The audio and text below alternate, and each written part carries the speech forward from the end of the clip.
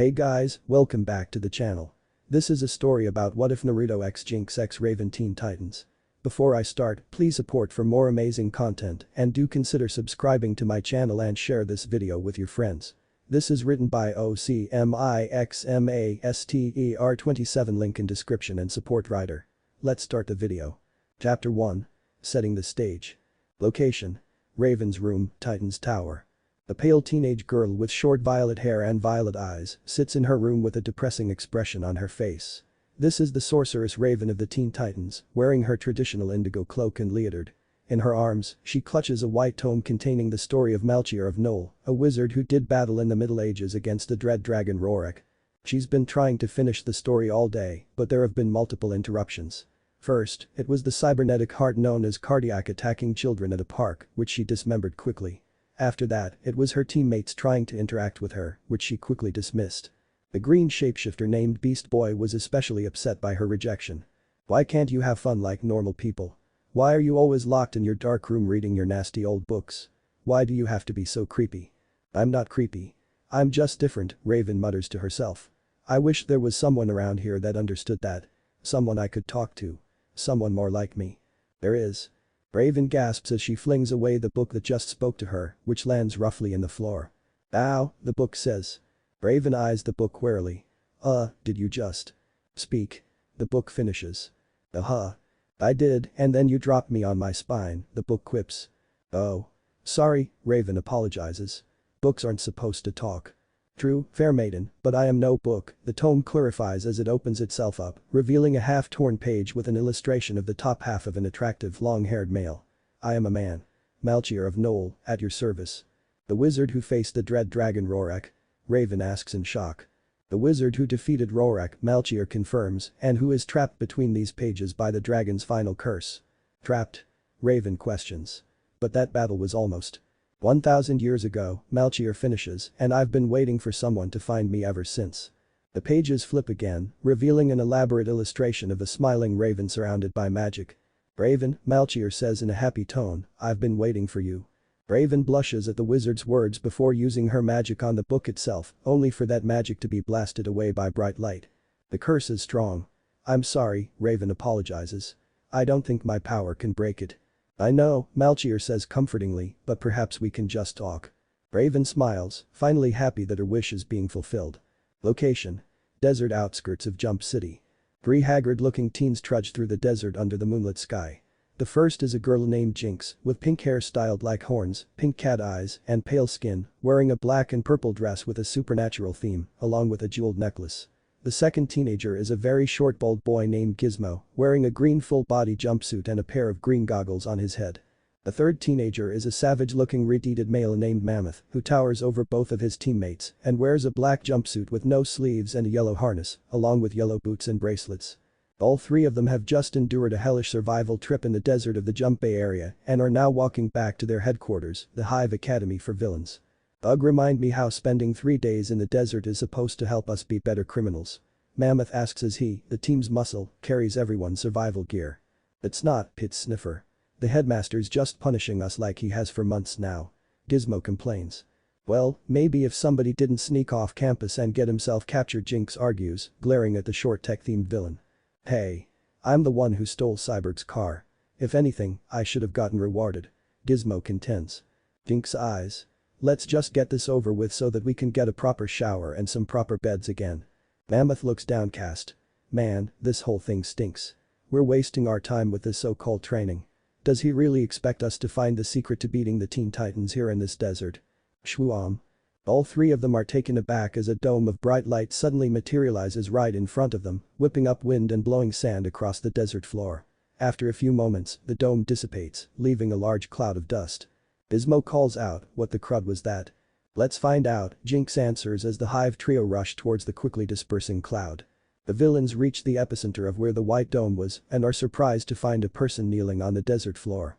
He's a pale teenage boy with spiky white hair and whisker-like markings on his face.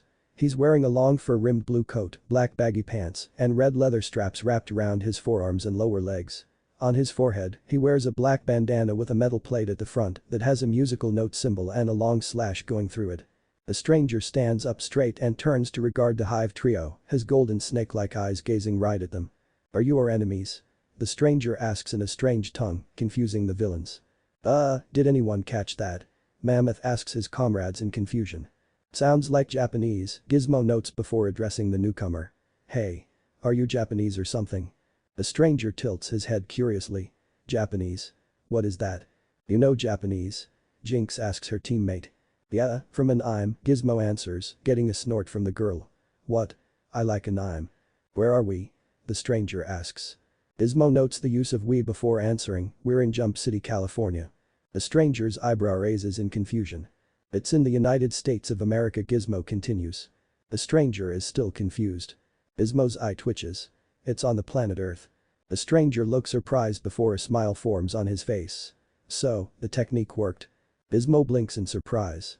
"This could be more complicated than I thought." "What's going on?" Mammoth asks, unable to track the conversation. Gizmo groans in annoyance as he starts digging through his belt. Everyone else watches as he pulls out a metal collar with a glowing red light. He curses under his breath as he fiddles with the collar before presenting it to the stranger. "Here," Gizmo offers. "Put this around your neck." The stranger narrows his eyes at the small genius before an oppressive feeling of dread is felt by all three of the hive students. "You're not trying to control us, are you?" the stranger demands. Hey. Take it easy." Gizmo pleads. "It's a translator. It's just so everyone can understand you." After a few moments of the hive trio watching their lives flash before their eyes, the oppressive feeling lifts and the stranger gives a friendly smile. "Well, why didn't you just say so, you know?" the stranger asks before he lazily lifts up his arm. Suddenly, a snake flies out of the stranger's sleeve and snatches the collar right out of Gizmo's hand.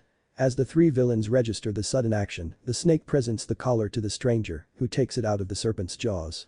The snake sets itself on the stranger's shoulders as the stranger inspects the collar for a moment before clasping it around his own neck, making the red light shift to green. "Is this working?" the stranger asks in English. Gizmo sighs in relief before answering, "Yep. Working like a charm." "Well, now that that's settled," Jinx says, giving the stranger an appraising look, "what's your name, cutie?" The stranger gives Jinx a charming smile. "I believe it's common courtesy to give your name before asking for someone else's." Jinx smirks. "The name's Jinx. The big guy's Mammoth and the other one's named Gizmo. We're from the Hive Academy for Villains." The stranger chuckles at the intro. "An academy for villains. How amusing." He then gives a slight bow. "We are Naruto, the second snake sage and bane of the great shadows. We are from a world known as Shinobu." "You're an alien?" Mammoth asks. "Do you?" "We are," Naruto answers. "What's with all the we?" Jinx asks in confusion. "A story for another time," Naruto answers cryptically. "For now, could you point me towards the nearest civilization?" The three hive students look at each other before smiling and turning back towards the new arrival. "We'll do you one better, cutie. How'd you like to meet our headmaster?" Jinx offers. Naruto's smile grows. "We'd be honored." Time skip. 1 hour later. Naruto absently pets his snake as the hive trio lead him to what appears to be a random cliffside. Jinx pulls out a hexagonal device with a yellow H on it and points it to the cliff. The H glows red and a portion of the rock opens up and slides not the earth, revealing a metal hallway. Naruto hums. "Impressive." "You ain't seen nothing yet," Mammoth says with a smirk as he and the other villains escort Naruto into the hallway, which seals up behind them. Naruto takes note of the yellow hexagonal pattern strewn across the walls and ceiling. Jinx looks at Naruto's companion. "So, cutie, who's your friend?" "His name's Midoriya," Naruto answers. "He's one of our summons." "You said you're the second snake sage," Mammoth notes. "Who's the first?" "Orochimaru," Naruto answers with a strain in his smile. "He was our teacher. A very effective and respected teacher." "Sounds like a pretty nice guy," Jinx says. Naruto's chuckle has little humor. "Well. Pipe down, idiots." Gizmo interjects with a hushed voice. "He's already here." Down the hall, the four teenagers take note of an older man approaching from down the hallway. The man has short gray hair and a widow's peak with a small tuft at the front and two small horns at the sides of his head. He wears white robes with a black and gold shawl depicting a skull with horns. Flanking him are four people wearing dark blue robes. "Well, if it isn't my top pupils," the man says with a small smile. "I see you've returned from your survival training." The three hive students quickly bow. "Yes, headmaster." The headmaster takes note of the fourth arrival. "And who is this individual?" Naruto bows. "Naruto, sage of snakes and bane of the great shadows. We are a former resident of the planet Shinobu." "Are you now?" The headmaster asks with skepticism in his voice before his eyes glow red. The headmaster only has a moment to connect his mind to the newcomers before a sudden overwhelming force of vitriol barrages all of his senses. A fleeting image of a snarling nine-tailed fox is seen as the headmaster is forced out with a yell and a massive migraine. The priests and students watch in shock as the headmaster staggers on his feet and clutches his head in pain. Naruto smiles disarmingly. "You'll have to forgive us. We highly value our privacy and autonomy, you know." The headmaster glares at the white-haired boy. "No one has ever resisted my power so strongly." You, the headmaster's scowl morphs into a smile. "Have such wonderful potential, Naruto." Jinx, Mammoth, and Gizmo look confused at the headmaster's sudden jovial attitude. The headmaster composes himself before bowing himself. "I am Brother Blood, headmaster of Hive Academy, at your service." "Well met, headmaster," Naruto says courteously. Brother Blood gives Naruto a once-over. "So, you're from the planet Shinobu. What brings you to Earth, if I may ask?" "The powers that ruled Shinobu wanted to use us as a weapon," Naruto explains. "Naturally, we were opposed to such a fate, which made us the enemy of everybody, really. After us defending ourselves resulted in mass casualties, we decided that a change in scenery was in order. So, we used one of our old master's experimental jutsu to transport ourselves to another world, which just so happens to be yours. Now, we're looking for a fresh start." "I completely understand your situation," Brother Blood says as he approaches Naruto, only for Midoriya to give a warning hiss. Naruto calms the snake down, allowing Blood to put a hand on Naruto's shoulder. "Hive Academy is full of young people such as yourself who wish to escape the shackles of society's morals. Here, we take those considered outcasts and teach them how to use their extraordinary powers to shape their own destinies." Naruto grins. "Sounds like it'd be perfect for an outcast like us, you know." "Indeed," Brother Blood says with a smirk. "I'd love to have you stay as an honored guest." Naruto looks surprised by the invitation. "A stranger like us? We'd hate to inconvenience you." "It won't be an inconvenience at all," Brother Blood insists. "How about this? Stay for the night at least, then you can show off some of your abilities. After that, we can have a nice chat about your future." Naruto appears to ponder the offer for a moment before answering, "We accept your offer, Brother Blood." "Excellent. Let me show you to your room." Brother Blood says happily as he leads Naruto down the hall. The headmaster stops to regard his students. "As for you three, I believe you've earned extra portions for dinner and some well-needed extra credit." The Hive trio smile at this declaration. "Mr. Naruto, I believe there's a bright future in store for you," Brother Blood proclaims as he guides the Shinobian into Hive Academy.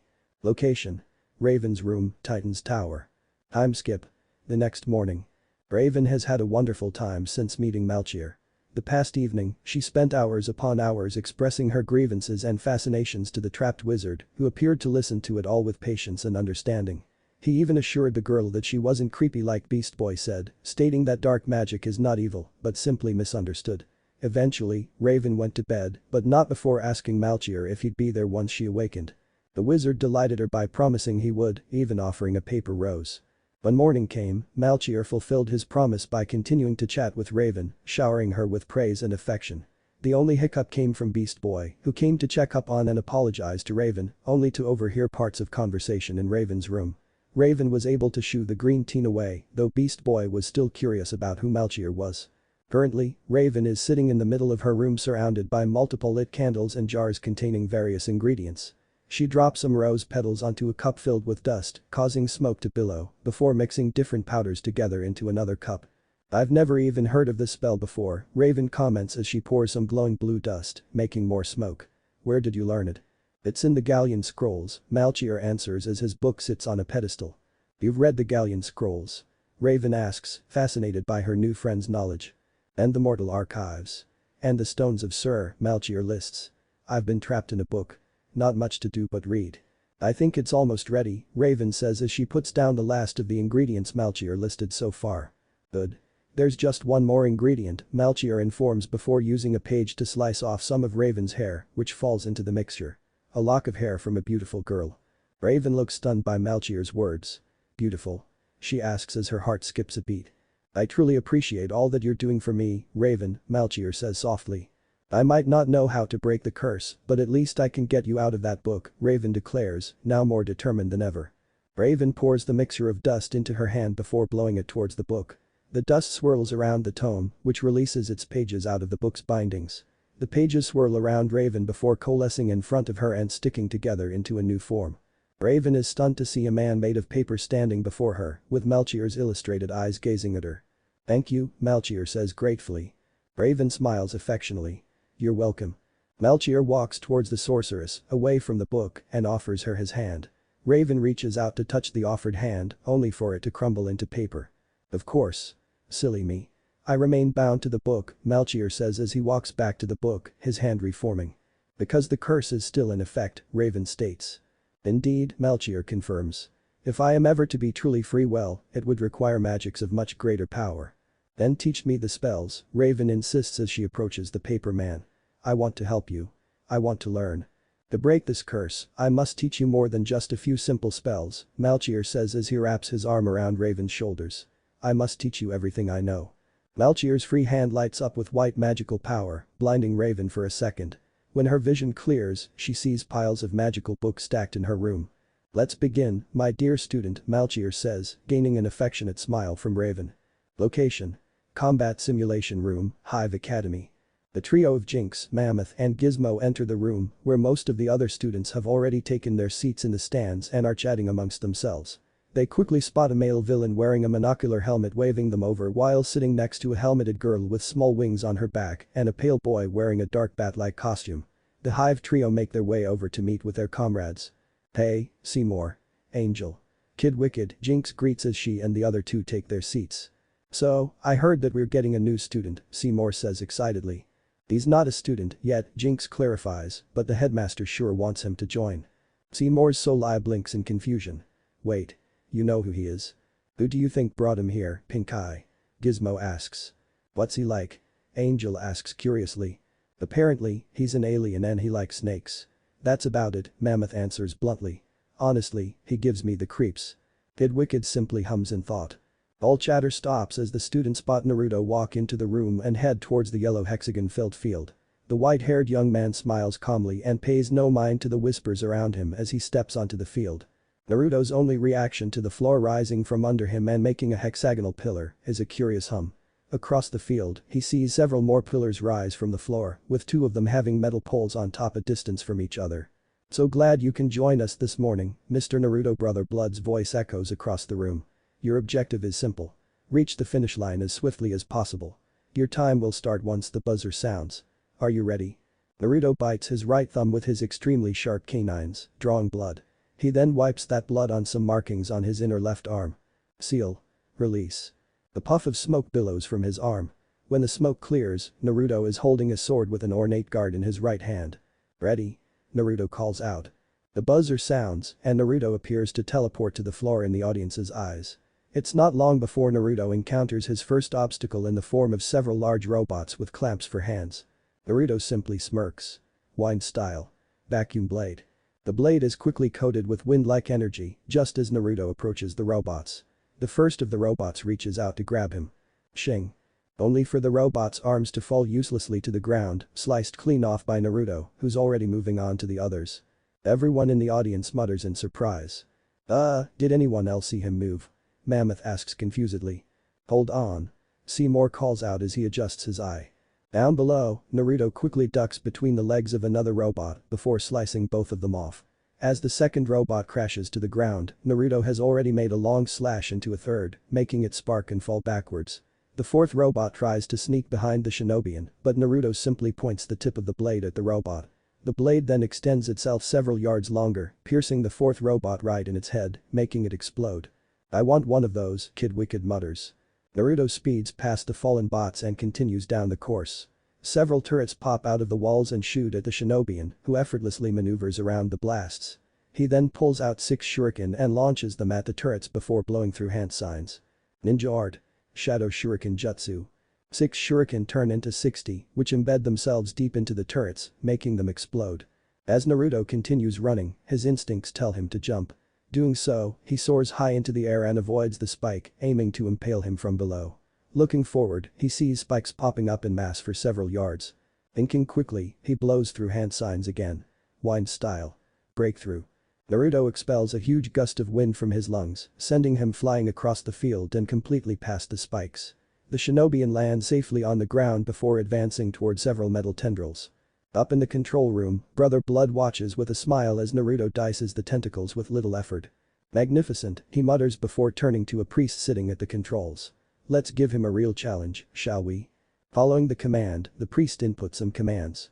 Down below, Naruto nears the finish line when 20 more robots suddenly emerge from the ground and advance on him. Smirking, Naruto bites his thumb again, smears blood on a tattoo on the back of his left hand, and slams his right hand onto the ground. Summoning jutsu. This time, a massive burst of smoke obscures Naruto's form. When the smoke clears, the entire audience is slack-jawed at seeing a massive blue snake towering over the field. Even Brother Blood is shocked, yet delighted. Absolutely brilliant. Naruto crouches for a run, sword in hand. Let's do this, Aoda. With pleasure, Naruto-sama. The snake responds, shocking the audience further, before charging with Naruto towards the robots. The Hive's students watch in fascination as the shinobi and his massive snake ruthlessly tear the robots apart. Ismo gulps. I think we should cancel his initiation test. Jinx nods. Agreed.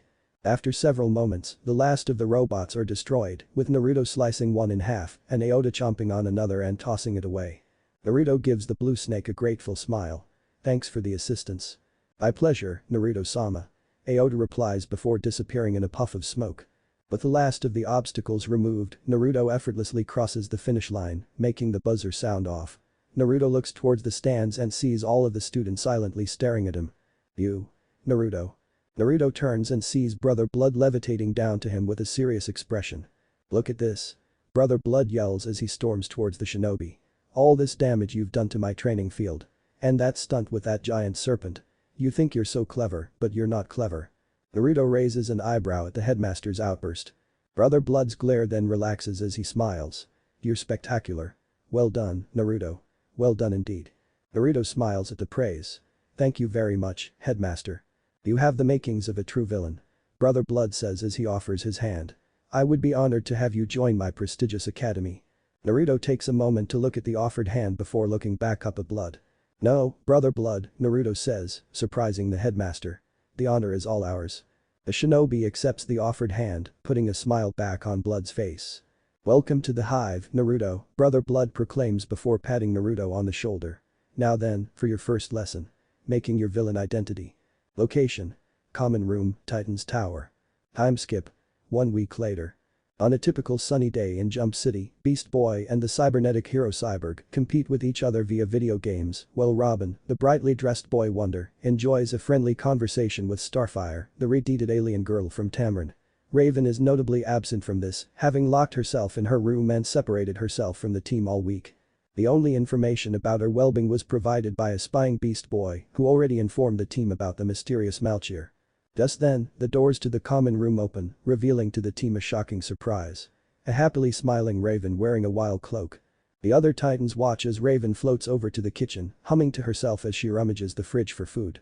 She picks up an apple and starts eating with a smile, while the other Titans walk over to her. Hey Raven, Robin greets. Haven't seen you in a while.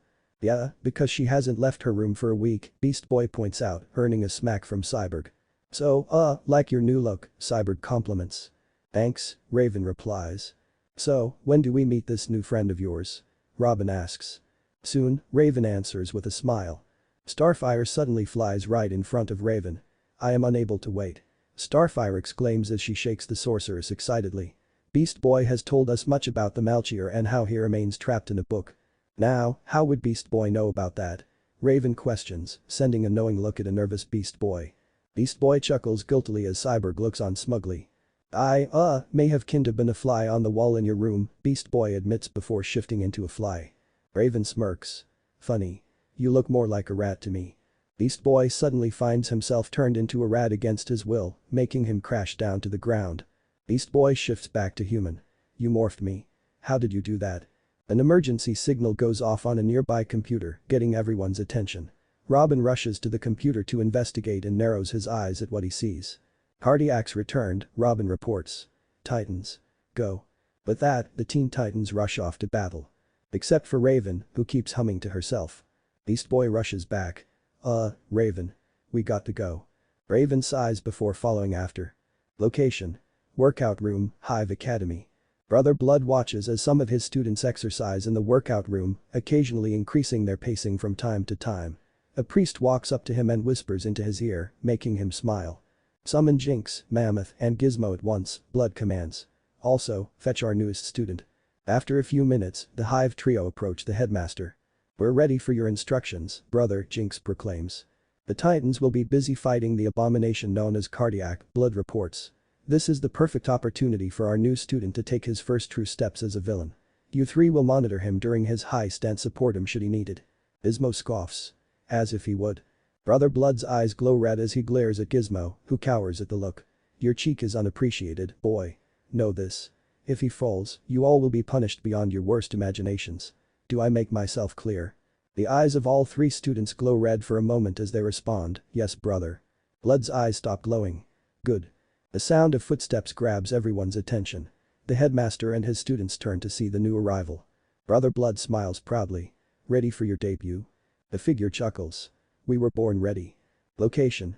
Outside Raven's room, Titan's tower. Raven struggles to keep herself under control as she paces in front of her room. She had just gotten back from fighting Cardiac, which had gone wrong in the worst possible way. It was bad enough when the cybernetic heart took a little girl hostage, but when Raven tried using one of her new spells, it went out of control and nearly destroyed both Cardiac and the girl. Fortunately, Beast Boy knocked Raven away while Robin rescued the girl. Beast Boy only had a moment to berate the sorceress before she teleported back to the tower. Now, she's steeling herself to confront the one who taught her the spell. The one who's been by her side for an entire week. The one she's connected to more than anyone else. Eventually, Raven enters the room, where she spies Melchior calmly reading a spell book.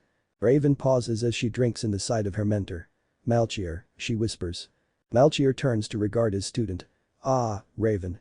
You've returned, he says happily, only to notice her conflicted expression. What's the matter? Raven composes herself and approaches the paper man. It's dark magic. Why have you been teaching me dark magic?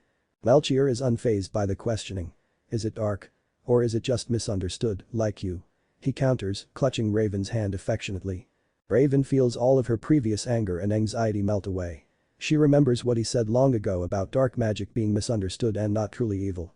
Suddenly feeling guilty about questioning her beloved mentor, Raven mutters, I'm sorry. It's true, the spells I've taught you are very powerful, Melchior explains. There are those who fear that power, so they call it dark. For people like us, however, such distinctions do not exist. The paper wizard leads the sorceress over to the tome that holds him prisoner. Without these spells, we can never be truly together, Melchior continues. Enchanted pages or no, I am still trapped within this book and you're still alone. Melchior gives Raven a piercing look. Is that what you want, Raven? To be alone? Raven tears up as the thought of being alone fills her with dread. Even after all the time spent with the Teen Titans, she's never truly found someone who understood her. Someone who truly accepted her for who she was. Until him. I don't want to be alone, Raven mutters quietly. Melchior rubs the tears out of Raven's eyes and cups her cheek. My sweet Raven, he says softly, it is time. Time skip. 30 minutes later. Raven stands in front of the tome and gazes over at Melchior, who stands in the middle of a circle of books. The incantation. Just as I taught you, Melchior urges. Raven nods before beginning the spell. As Brek et Moraine Ghost went in verbis nex, Raven chants while making hand signs, making the books around Melchior glow. In Aubrium bespendril parent sic cortis rex. With the final word and a waving of her arms, Raven's black magic pours out of her. She watches as Melchior is consumed in a pillar of light, his papery body dispersing. A sudden shout of agony from within the pillar strikes fear into Raven's heart. Melchior.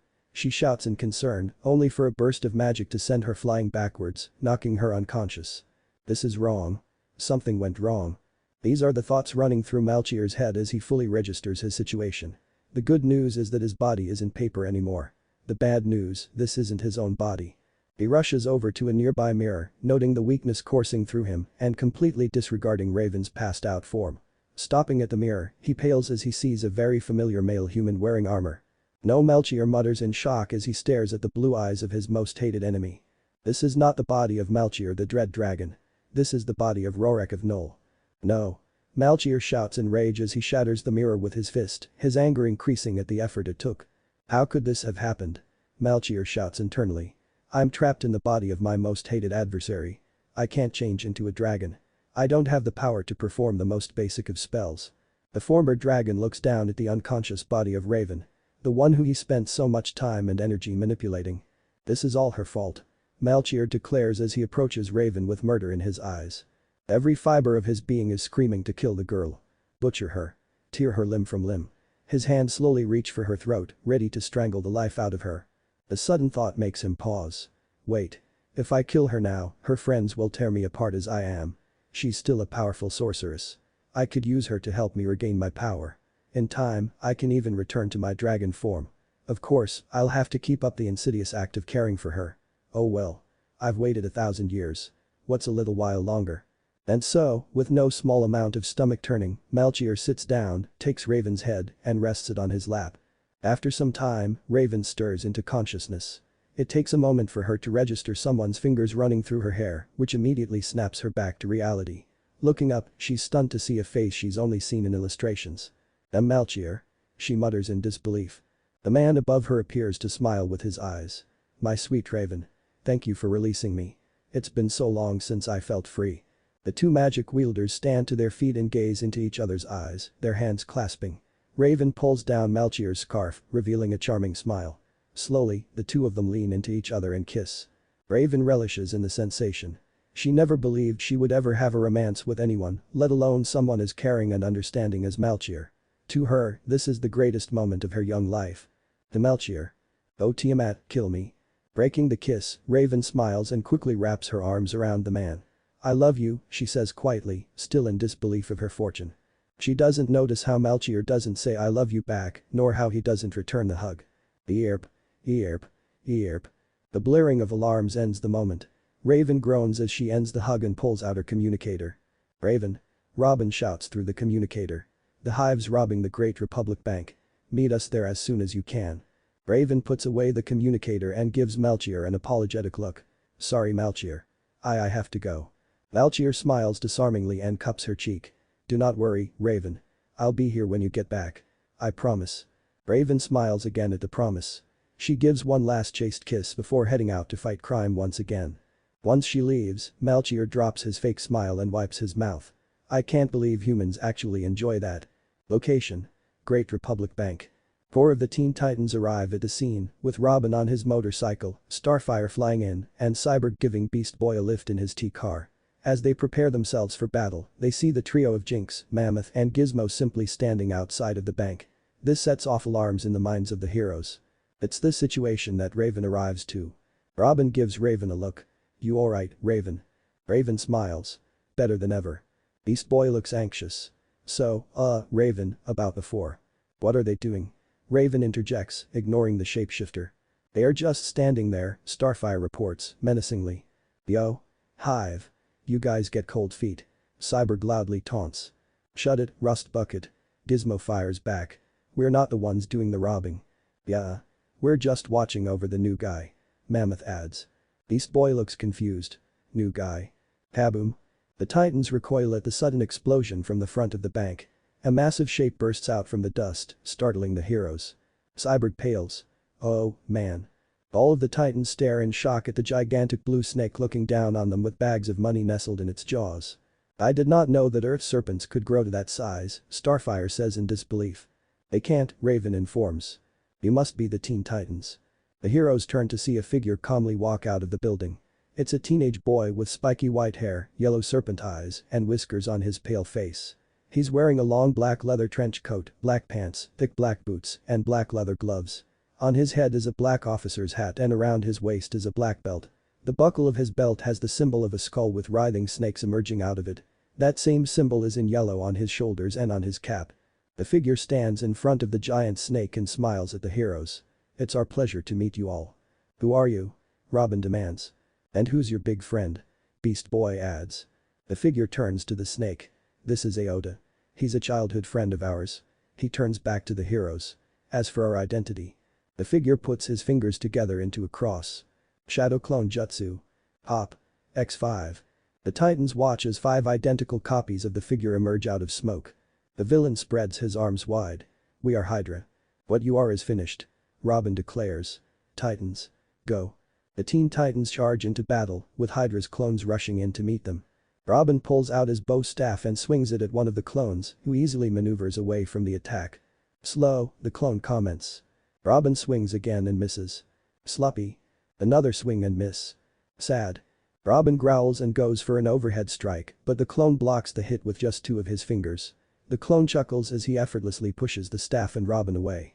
Robin growls and throws smoke bombs onto the ground, obscuring the Hydra clone's vision. The Hydra clone is unfazed by this as small openings appear under his nose.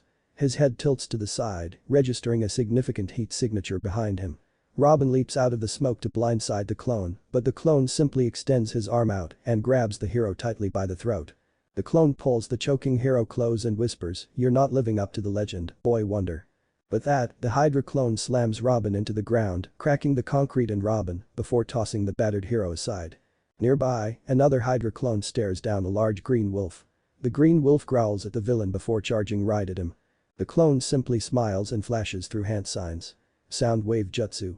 The wolf is suddenly buffeted by a piercing screeching wave, making the poor beast's ears bleed and sending him backwards. Beast Boy shifts back to human and clutches his ears. Gah. Mop. Mop. Meanwhile, Starfire is flying towards another clone while throwing starbolts. The clone effortlessly dodges the blasts before finding himself in the grips of the alien girl. "I must insist that you surrender immediately," Starfire implores. "I do not wish to harm you if I do not have to." "Well, aren't you a polite one," the Hydra clone says as he flashes through hand signs. Crystal style. Sapphire prison. Starfire only has a moment to register the ground glowing beneath her before she's suddenly encased in a thick pillar of orange sapphire crystal. The clone smiles at his handiwork. Very polite, indeed. Nearby, the fourth Hydra clone stands face to face with Cyborg, who's cracking his metal knuckles, eager for a brawl. "Hydra. Catch." Hearing the shout, the clone holds up his hand and easily catches the sword thrown to him. The clone looks back at the original. "Thank you, Hydra." "You're welcome, Hydra." Cyborg smirks. "Aw. You've got a sword. How cute." The cybernetic hero charges right at the sword-wielding clone, who makes no move to avoid any attacks. As Cyborg throws a punch, he pays no mind to the blade that's suddenly swirling with wind-like energy. Shing.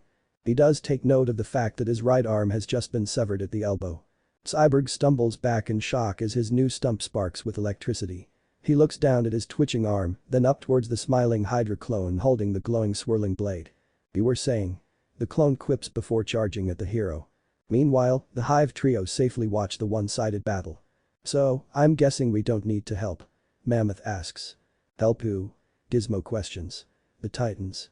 The third member, Jinx, ignores the conversation as she focuses on the original Hydra, who's calmly watching the fighting with Aota.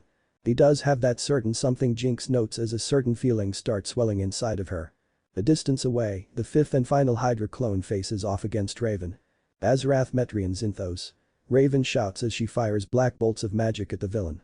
The clone flashes through hand signs before clapping his hands. Wine style. Gale palm. A compressed blast of air shoots from the clone's hand and neutralizes the black bolts. The clone makes more hand signs. Fire style. Phoenix flower jutsu. The clone spits out a cluster of fireballs that move wildly in the air before crashing down towards Raven. The sorceress flies to avoid the flames, which explode around her. Raven blasts a concentrated black bolt at the clone, who leaps away from the attack. Raven then cuts out a large slab of pavement and hurls it at the villain. Blind style. Air bullet. The compressed blast of air impacts the slab and destroys it, the rubble falling harmlessly. Seeing another blast of black magic incoming, the clone flashes through more hand signs. Earth style. Mud wall. An earthen wall with snakehead decorations emerges in front of the Hydra clone and protects him from the black magic. Suddenly, a black claw emerges from underneath the clone and grabs him, bringing him closer to the sorceress. The clone takes a moment to observe the black energy and makes a startling discovery. Incredible. We never thought there'd be another chakra wielder in this world. Raven is taken aback by the clone's words. "What did you just say?" Using the opportunity, the clone makes a hand sign. Paralysis jutsu. Raven grunts as her body suddenly seizes up. She crashes to the ground, releasing her restraints on the clone, who safely lands beside her. Raven struggles to look up at the clone. What are you?" The clone smirks. "We're complicated." Raven looks over the rest of the battlefield. She sees Robin battered and bruised, struggling to get back on his feet. She sees Beast Boy wobbling and holding his bleeding ears. She sees Starfire trapped in a crystal prison and Cyborg lying on the ground limbless with a sword pointed at his face.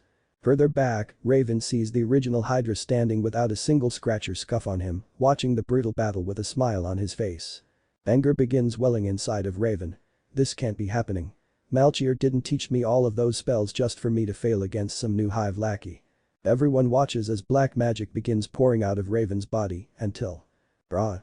Raven bursts out of her invisible restraints and rises high above the ground, immersing herself in a massive pillar of black magic and towering over the battlefield. 4 red eyes glow on her head as black tendrils fling wildly around her. Robin, Cyborg, and Beast Boy all recognize what's happening. She's out of control. Robin shouts. Not again. Beast Boy shouts loudly.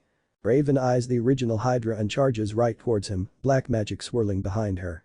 In response, Hydra steps forward and sticks his hand out towards the sorceress. In a flash, 4 glowing orange chains erupt out his hand and quickly wrap around Raven. Almost instantly, all of the black magic erupting out of Raven ceases and she once again crashes down to the ground.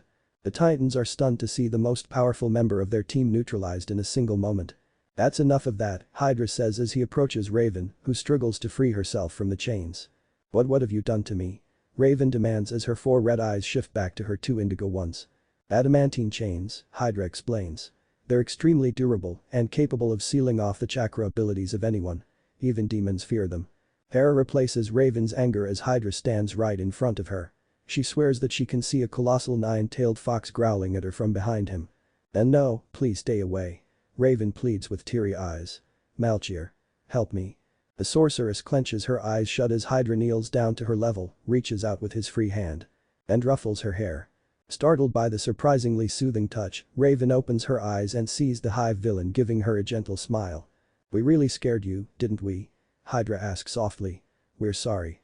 Raven is surprised by the sudden tenderness being displayed by the villain who just decimated her team like nothing. Giving Hydra a once-over, she notes that he's actually quite handsome, especially when he smiles. Maybe not as gorgeous as Malchier, but. Raven snaps out of her musings and turns away with a pout. I don't need your pity, she defends, looking unconvincing with the pink on her cheeks. The sight strikes something in Hydra's chest. Something largely unfamiliar to the white-haired youth. The only word he can find to describe what he's seeing before him is. Cute. Raven gives Hydra a wide-eyed look as her entire face goes red. A distance away, the hive trio watches in confusion as the 2 chakra wielders interact with each other. What's happening right now? Gizmo asks Mammoth, who simply shrugs. Jinx quickly recognizes what's going on and she doesn't like it one bit. Hey. Hydra. Jinx shouts, getting the boys' attention. Let's finish this already. Hydra rubs his head sheepishly. Our apologies, you know. He stands up and turns to the giant blue snake. Go on ahead, Aoda. Yes, Naruto-sama. Aoda answers before burrowing down into the earth, making the ground rumble as he disappears from view, leaving a massive hole behind. Hydra turns back to Raven. You're Raven, right? It's been a pleasure meeting you. Until next time. Hydra throws some smoke bombs onto the ground, obscuring the battlefield. Raven feels the chains holding her disappear, allowing her power to return. She uses her magic to clear the smoke, but Hydra and the hive trio are already gone. Robin and Beast Boy both stumble their way over to the sorceress, who's still staring at the space Hydra once stood. Raven? Are you alright? Robin asks in concern. Raven turns to her teammates and remembers their damaged states. I'm okay, Raven says as she gets back on her feet. Let me heal you guys. What? Beast Boy yells while cupping his ears, gaining sweat drops from Robin and Raven. Location. Brother Blood's office, Hive Academy. Incredible. Brother Blood exclaims as he gazes excitedly at the mountain of money piled up inside his office. Just think of all I can accomplish with this. Repairing the combat room, buying new teaching equipment, funding the dance, and definitely our class project. Hydra, Jinx, Mammoth, and Gizmo watch as their headmaster figuratively drools over the massive amount of cash in the room. So, did we pass our little test? Hydra asks. Well, of course, you did. Brother Blood confirms. After all, it looks like the Titans didn't give you any trouble. You kidding? He creamed those weaklings easily. Mammoth declares. Those guys are probably scarred for life. Brother Blood gives Hydra a surprised look. You let them live. Hydra shrugs. We didn't know it was a requirement for them to die. Besides, it was fun playing with the heroes. I look forward to our next meeting. Jinx frowns at Hydra's words. It wasn't a requirement, Blood assures his student. I just assumed that with your abilities in past history. Hydra nods in understanding. Headmaster, we left Shinobu because we were sick and tired of fighting the world to protect our freedom. If we just slaughtered people indiscriminately, it would defeat the purpose of a fresh start. Brother Blood pats Hydra's shoulder. A wise way of thinking, Mr. Hydra. It's that kind of cognizance that separates henchmen from true villains. I hope you keep that awareness as you continue your studies. Of course, Headmaster, Hydra says. Brother Blood addresses all of his students. In the meantime, I suggest you all get your rest. You have a big day of studies tomorrow. Yes, Brother Blood, all 4 students respond before exiting the office, leaving the headmaster alone with his newest school funds. Brother Blood, you've found a magnificent diamond in the rough, the headmaster muses to himself, smiling at his newfound fortune. Outside the office, the Hive trio turns to face the Hive's newest student. Jinx pulls out a hexagonal device and presents it to Hydra. Congratulations. You're one of us. Hydra accepts the device to Jinx's delight and Gizmo's annoyance. Don't think this means we're going easy on you. Gizmo declares. We're gonna put you through the ringer, snake lover, so you better watch yourself. Hydra chuckles darkly, sending chills down Gizmo's spine. We're trembling. Gizmo shudders before quickly turning away. Whatever. He yells before flying away. Mammoth offers his fist to Hydra. Nice job out there, new guy. Here's to our next heist. Hydra meets the fist with his own. Looking forward to it. Mammoth heads off to his own room, leaving Jinx and Hydra. Jinx leans in close to her crush with a smile. For the record, I'm real happy that you've joined us. Hydra smiles back. So are we. We never imagined we'd find so many friends on our first week on Earth. Hydra hums to himself as he walks away, leaving Jinx alone in the hallway. Yeah, friends sure, Jinx mutters sadly. After walking for some time, Hydra gains a far-off look. So, what do you think, Kurama? I think this is a fine cluster you've gotten us into, Kit, a deep monstrous voice responds. We escaped the hidden villages and the Akatsuki, only to find ourselves playing dress-up in a school full of brats under a megalomaniac. At least we weren't attacked or experimented on when we first arrived, Hydra offers. Besides, this place seems like actual fun. Yeah, for now. Don't think I forgot how that blood guy tried to get into our heads when we first met. I know for a fact that he'll try and worm his way into controlling us, Kurama points out. Let him try. We'll learn all we can about this planet Earth, then we'll split and make our own way, Hydra says easily. After some moments of silence, Kurama speaks up again, so, about that sorceress Raven. What about her? Hydra asks in confusion. She is quite powerful, but nothing we can't handle. That's not what I mean. You didn't thrash or humiliate her like you did the others, Kurama states. In fact, you were rather kind to her. I haven't seen that from you since Gurren, Taiya, and Karen. Hydra hums in thought as he reflects on Kurama's words. I can't quite explain to Kurama. I only met her today, yet I felt so happy being around her. It was like being around my sisters, yet so much stronger. What do you think, Kurama? Kurama chuckles. I think you're as dense as your mother was. What does that mean? Hydra asks in an offended tone. Nothing, Kit. You'll figure it out eventually, Kurama answers cryptically. Hydra huffs before ending the conversation and continuing to his room, all while his thoughts dwell on the cute girl in the white cloak.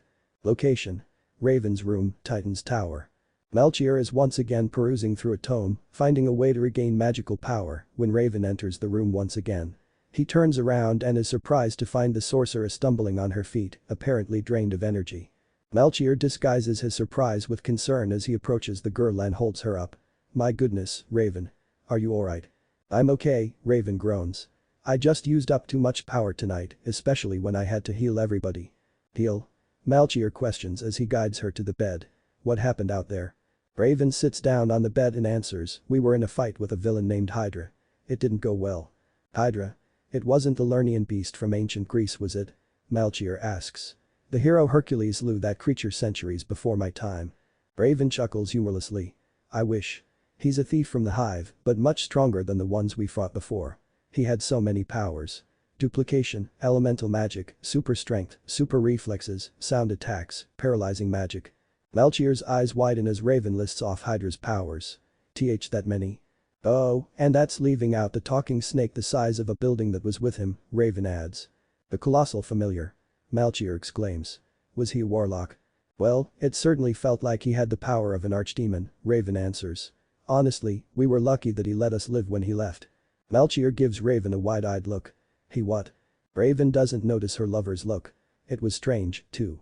Right at the end, he. Melchior suddenly grabs Raven's arms tightly. He defeated you? He shouts in rage. Raven winces from the pain of Melchior's grip. Why you're hurting me? Melchior pays no mind to Raven's pleas. You've spent an entire week learning my spells, using my wisdom to wield my power, and he defeated you. Raven tears up seeing the fury in the eyes of the man she loves. I'm so sorry. I fought the best I could. That's no excuse. Melchior yells angrily. It's true. He kept matching my spells with his own, and then he used these chains to seal off my magic, and Raven pleads as her tears flow freely, I'm so sorry. Raven weeps in front of Melchior, who's lost in his own thoughts. This just keeps getting worse. Now there's a dangerous warlock out there with incredible powers. It sounds like his magic could easily eclipse Rorek's, especially those chains of his Melchior muses. I'll have to regain my own power as fast as possible and find some way to deal with this Hydra. For now. Raven is busy sobbing her eyes out when she's suddenly pulled into a hug. Oh, my sweet Raven, forgive me, Melchior pleads, I'm not angry with you. It's just the thought of you getting killed by that dreadful villain is unbearable. Raven sniffles. Why, you're not angry with me? Melchior pulls away and wipes tears out of Raven's eyes. Of course not. You're so important to me, Raven. Raven gives the man a timid smile. Now then, we'll need to step up your training in order for you to defeat Hydra, Melchior informs the girl. You think I'll be able to beat him? Raven asks unsurely. Absolutely. Melchior assures her. There's so much magic out there and so many artifacts. I'm sure we'll find something that will give you the advantage you need. Raven finds some of her confidence renewed by her mentor lover's words. Melchior lays her down on the bed. For now, though, you get some rest. You've certainly had a rough day today. Aren't you joining me? Raven asks as she gets comfortable. Melchior hides a shiver. Oh, I have a bit of reading left to take care of tonight. Don't worry, my sweet Raven. I'll be here when you wake up. I promise. As Raven falls asleep, she mutters, thank you, Melchior, for everything. No, Raven. I'm the one who is thankful to you, Melchior replies with a smile. The former dragon watches as Raven enters dreamland before exhaling in frustration. Great Tiamat, this is so frustrating, Melchior complains internally as he takes some calming breaths. Be at ease, Melchior. You've brought kingdoms to ruin and slain scores of heroes. You can handle an annoying little girl and a random warlock. Chapter end. Chapter 2. Training. Location. Common room, Titan's Tower. 4 of the 5 Teen Titans are currently sitting on the large couch in the living room, groaning as they still recover from the beating given to them by Hydra the previous night. Despite an hour-long magical healing session for Robin, Starfire, and Beast Boy, and some repairs for Cyborg, the young heroes still feel strains and aches from the battle. Starfire sits at the far end bundled under a thick blanket, giving an occasional sniffle as she shivers slightly. I am most thankful for my Tamaranian body and experiences flying through space, Starfire states. I believe that crystal trap would have given me frostbite otherwise. Robin grunts. I'd love to have your durability, Star. Hydra was deceptively strong for his size. It felt like I got crushed by Bane. Dude, you think that's painful? Try having your eardrums get destroyed by a Black Canary knockoff. Beast Boy challenges. I thought I was gonna go deaf forever. I can still hear some ringing. At least you guys didn't have to literally reattach your limbs, Cyborg speaks up. I thought you didn't feel any pain from having your limbs removed. Beast Boy asks. Isn't that a good thing? First of all, I can't feel anything with my arms or legs, period, Cyborg clarifies. Second of all, that's absolutely not a good thing at all. Trust me, BB. The doors to the room suddenly open, revealing Raven still in her white cape and leotard, though with a familiar tired and dull expression on her face, instead of her newfound joyfulness. Pere. You get a good night's sleep? Cyborg asks in a friendly tone. Good enough, all things considered, Raven answers as she heads over to the fridge to get a bit of breakfast. 100 thanks for your healing magic last night, my friend. Starfire proclaims happily before sniffling some more. Raven gives the other girl a small smile. Not a problem, she says as she approaches the couch. Robin gives the sorceress a concerned look. How are you feeling, Raven? After everything that happened with Cardiac and Hydra. Raven sighs before answering, as far as Cardiac goes, I'm sorry that my magic got out of control. I should have used a spell I had more experience with. I promise I won't have that problem again. As for Hydra, he caught me off guard with his spells and chains. Next time we meet, he won't have that advantage. You've got that right, Robin agrees with a determined tone. The fact that a henchman our age has that kind of power makes the entire Hive organization that much more dangerous. We need to train harder than ever if we want to take these guys down for good. Yippee, Beast Boy says tiredly. Raven suddenly perks up. So, I wanted to show you guys something, but the fight with Hydra interrupted things a bit. I want to show you guys now before we get started on anything. Starfire suddenly gasps in giddiness. Can it be? Is this who I think it is? Raven nods and levitates over to the doors. Everyone, I'd like you all to meet Melchior. Everyone watches as Melchior confidently steps into the room, still wearing the armor and scarf worn by his arch-nemesis Rorik. The sight of the dragon disguised as the handsome wizard draws a blush from Starfire and a praising look from Robin, a curious expression from Cyborg, and an irritated face from Beast Boy. Great. Another pretty boy, Beast Boy laments, only to get a head slap from Cyborg. It's a pleasure to meet you all. Raven has told me much about you, Melchior says in a happy tone as he approaches the teens, stopping in front of the boy wonder. On that note, you must be Robin, the team leader. Robin gives Melchior a once-over before offering a small smile in his hand. That's right. Thank you for helping Raven. Melchior accepts the offered hand, though Robin notices the slightest bit of hesitation. Of course. She's been a wonderful student, Melchior praises, getting a blush from Raven. Besides, she's the one who helped me. I owe my freedom to her, after all. Starfire suddenly zooms in front of Melchior, startling the fake wizard. Oh, I am most delighted to see that you have been released from your prison. I wish to engage in a hug of bears for all you have done for my friend. Melchior quickly holds his hands up, stopping Starfire's advance. As delightful as that would be, I'm afraid I'm not one for crushing embraces. No offense.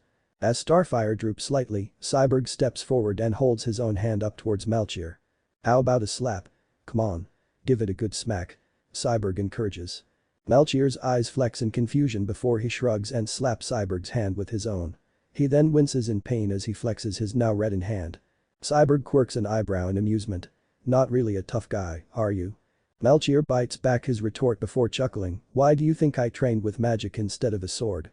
The fake wizard then turns to Beast Boy, who's been silently gazing at him the whole time. Beast Boy, I presume? Melchior asks. Yeah, Beast Boy replies, before smirking. So, how long did it take for you to get bored of being stuck in that dusty old book? Beast Boy. Raven admonishes, only to be stopped by uproarious laughter from Melchior. Haha. You're a blunt one, aren't you? Melchior says with smiles in his eyes. Truthfully, the boredom didn't set in until after the 1st century. The madness then started after the 2nd century, after which I got bored of that too and returned to sanity. Once that was settled, I started to learn as much magic as I could in order to find a way free. Melchior walks to Raven and clasps her hand. After that, all I needed was a wonderful capable sorceress to release me, which I definitely found with Raven. Raven smiles and holds her lover's hand tighter, drawing raised eyebrows from the other titans. Hold up. Are you two? Cyborg asks, leaving the question hanging as he points between the two magic users. Raven looks away bashfully while Melchior smiles again. Starfire squeals in glee. Oh, this is glorious. My sincerest congratulations to the happy couple. I wish you two happiness and good fortune in your relationship. As Starfire continues praising the couple, Beast Boy leans in close to Robin. That guy was way older than her before he got locked in that book, right? Beast Boy points out. Robin doesn't reply as he just stares at the two magic users, Melchior especially. I don't know why, but something feels off about this. I feel like I've seen this before, but where? Shelving his thoughts for now, Robin takes a moment to calm Starfire down before turning to Melchior. So, now that you're free, what are you going to do now? Robin asks. Well, it's been almost a millennium since I've truly walked the earth. Once my full power returns, I think I'll do some exploring and see how much has changed, Melchior answers before sighing. Sadly, my magic is but the smallest portion of what it was before I entered the book. It'll take some time before I can perform the most basic of spells. I guess this means you can't help us with Hydra, huh? Cyborg laments. It's just for now, Raven defends her mentor. He just needs time to regain his strength, that's all. In the meantime, I can assist by continuing to teach Raven magic, Melchior offers. There's still plenty of advanced spells that she can learn. It'll have to do for now, Robin states. We'll need all the help we can get. Who knows what Hydra's up to at this moment? Location. Cafeteria, Hive Academy. Hydra chews something in his mouth for a few moments, savoring the taste, before asking, what did you say these were called?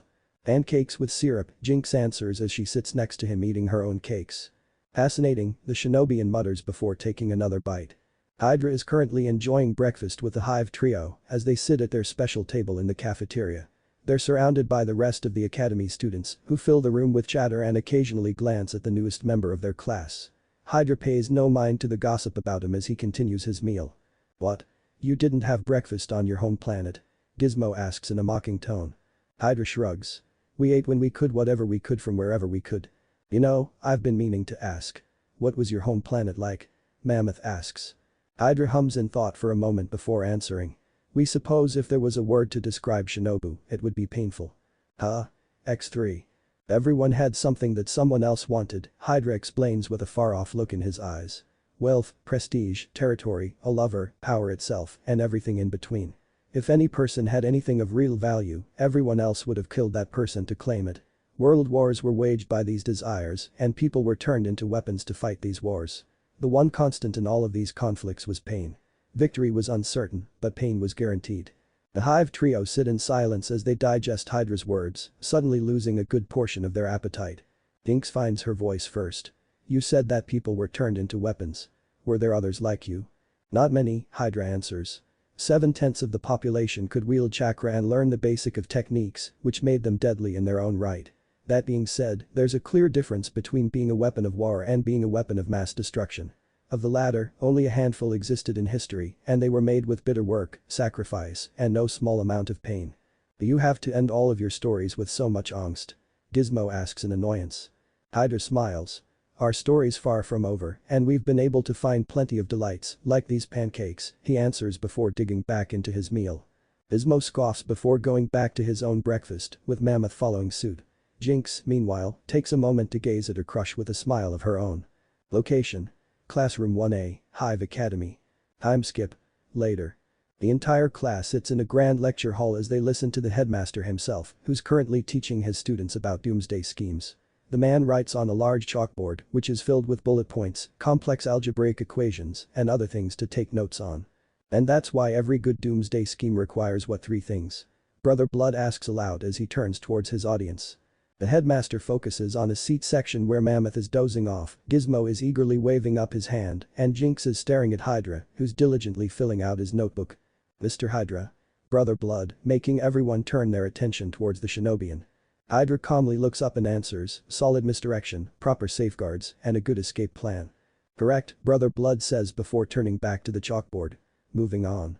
Naruto returns to his notebook, paying little mind to Jinx's loving gaze, Gizmo's growling, and the admiring looks from everyone else. Location: Cafeteria, Hive Academy. Time skip. Lunch. The class is once again in the cafeteria, this time enjoying some chicken fried steak, mashed potatoes, and greens. Wow. This food looks so delicious. Gizmo proclaims in a somewhat exaggerated tone as he takes a seat with Hydra, Jinx, and Mammoth. Especially these mashed potatoes. MMM. Good old mashed potatoes. Jinx and Mammoth give each other knowing looks. Hydra looks down at his own tray and easily spots a small round device in his mashed potatoes blinking red. Smirking subtly, he whispers into his jacket. Gizmo, meanwhile, smiles evilly at the Shinobian, only for a small hissing sound to draw his eyes next to him. The pint-sized villain yelps as he sees the small green snake known as Midoriya staring right at him. Dude. I told you to keep your snakes away from me. Gizmo yells in fright, drawing attention to the group's table. Hydra smirks as he discreetly flicks the tiny bomb into Gizmo's potatoes, making Jinx and Mammoth both gasp in shock. Our sincerest apologies, Hydra says good-naturedly. Midoriya, come here. The snake quickly slithers back to his master, which calms down Gizmo. The tech villain then spots Jinx and Mammoth chuckling to themselves. Thinking it was about the snake, Gizmo Pays ignores their chuckles as he scoops up some mashed potatoes and goes for a bite. Sploosh. Everyone in the cafeteria sees Gizmo take a face full of mashed potatoes, which immediately sets off an explosion of laughter across the room. Most of the students and even a good number of priests point and laugh at Gizmo, who growls as potato globs slide down his face. The only student not laughing is Hydra, who simply smiles in amusement. You need a napkin. Screw you. Gizmo eloquently replies before quickly wiping his face clean. As the laughter dies down, one of the priests approaches Hydra. The headmaster requires your presence after afternoon exercises, the priest quietly tells the villain. Hydra simply nods before returning to his lunch. Location: Workout room, Hive Academy. Time skip. 1 hour later. Brother Blood watches as his students go through a variety of exercises, keeping themselves in tip-top shape. He walks towards one end of the room, where Hydra is smoothly dodging incoming laser fire from several drones surrounding him. Not even breaking a sweat, Brother Blood notes, impressed. He turns to a priest on the controls. Send the rest. The priest types in some commands on the control panel, which releases an entire swarm of drones that quickly surround the young villain. Hydra only has a moment to take a deep breath before the drones all fire at him. Blast after blast approaches the white-haired boy, who quickly dodges each one, some by inches. The rest of the students in the room pause their workouts as they watch Hydra move in a blur to avoid the attacks, sometimes leaving afterimages of his form. After an entire minute of this, Brother Blood goes, "That's enough." The priest types in some more commands, making the drones cease firing. Hydra stops moving and takes a moment to catch his breath while some sweat drips from his brow. Brother Blood approaches the shinobian and gives the teen a once-over. "Well done. You've beaten the record." Brother Blood praises. "That was a near-perfect display of skill." Hydra stops breathing and looks up. "Near perfect?" Brother Blood simply points at Hydra's left shoulder. The white-haired teen looks at his shoulder and sees a slight singe mark on his jacket. "That's nothing to fret about," Brother Blood says nonchalantly. "It's certainly better than some professional villains, for sure.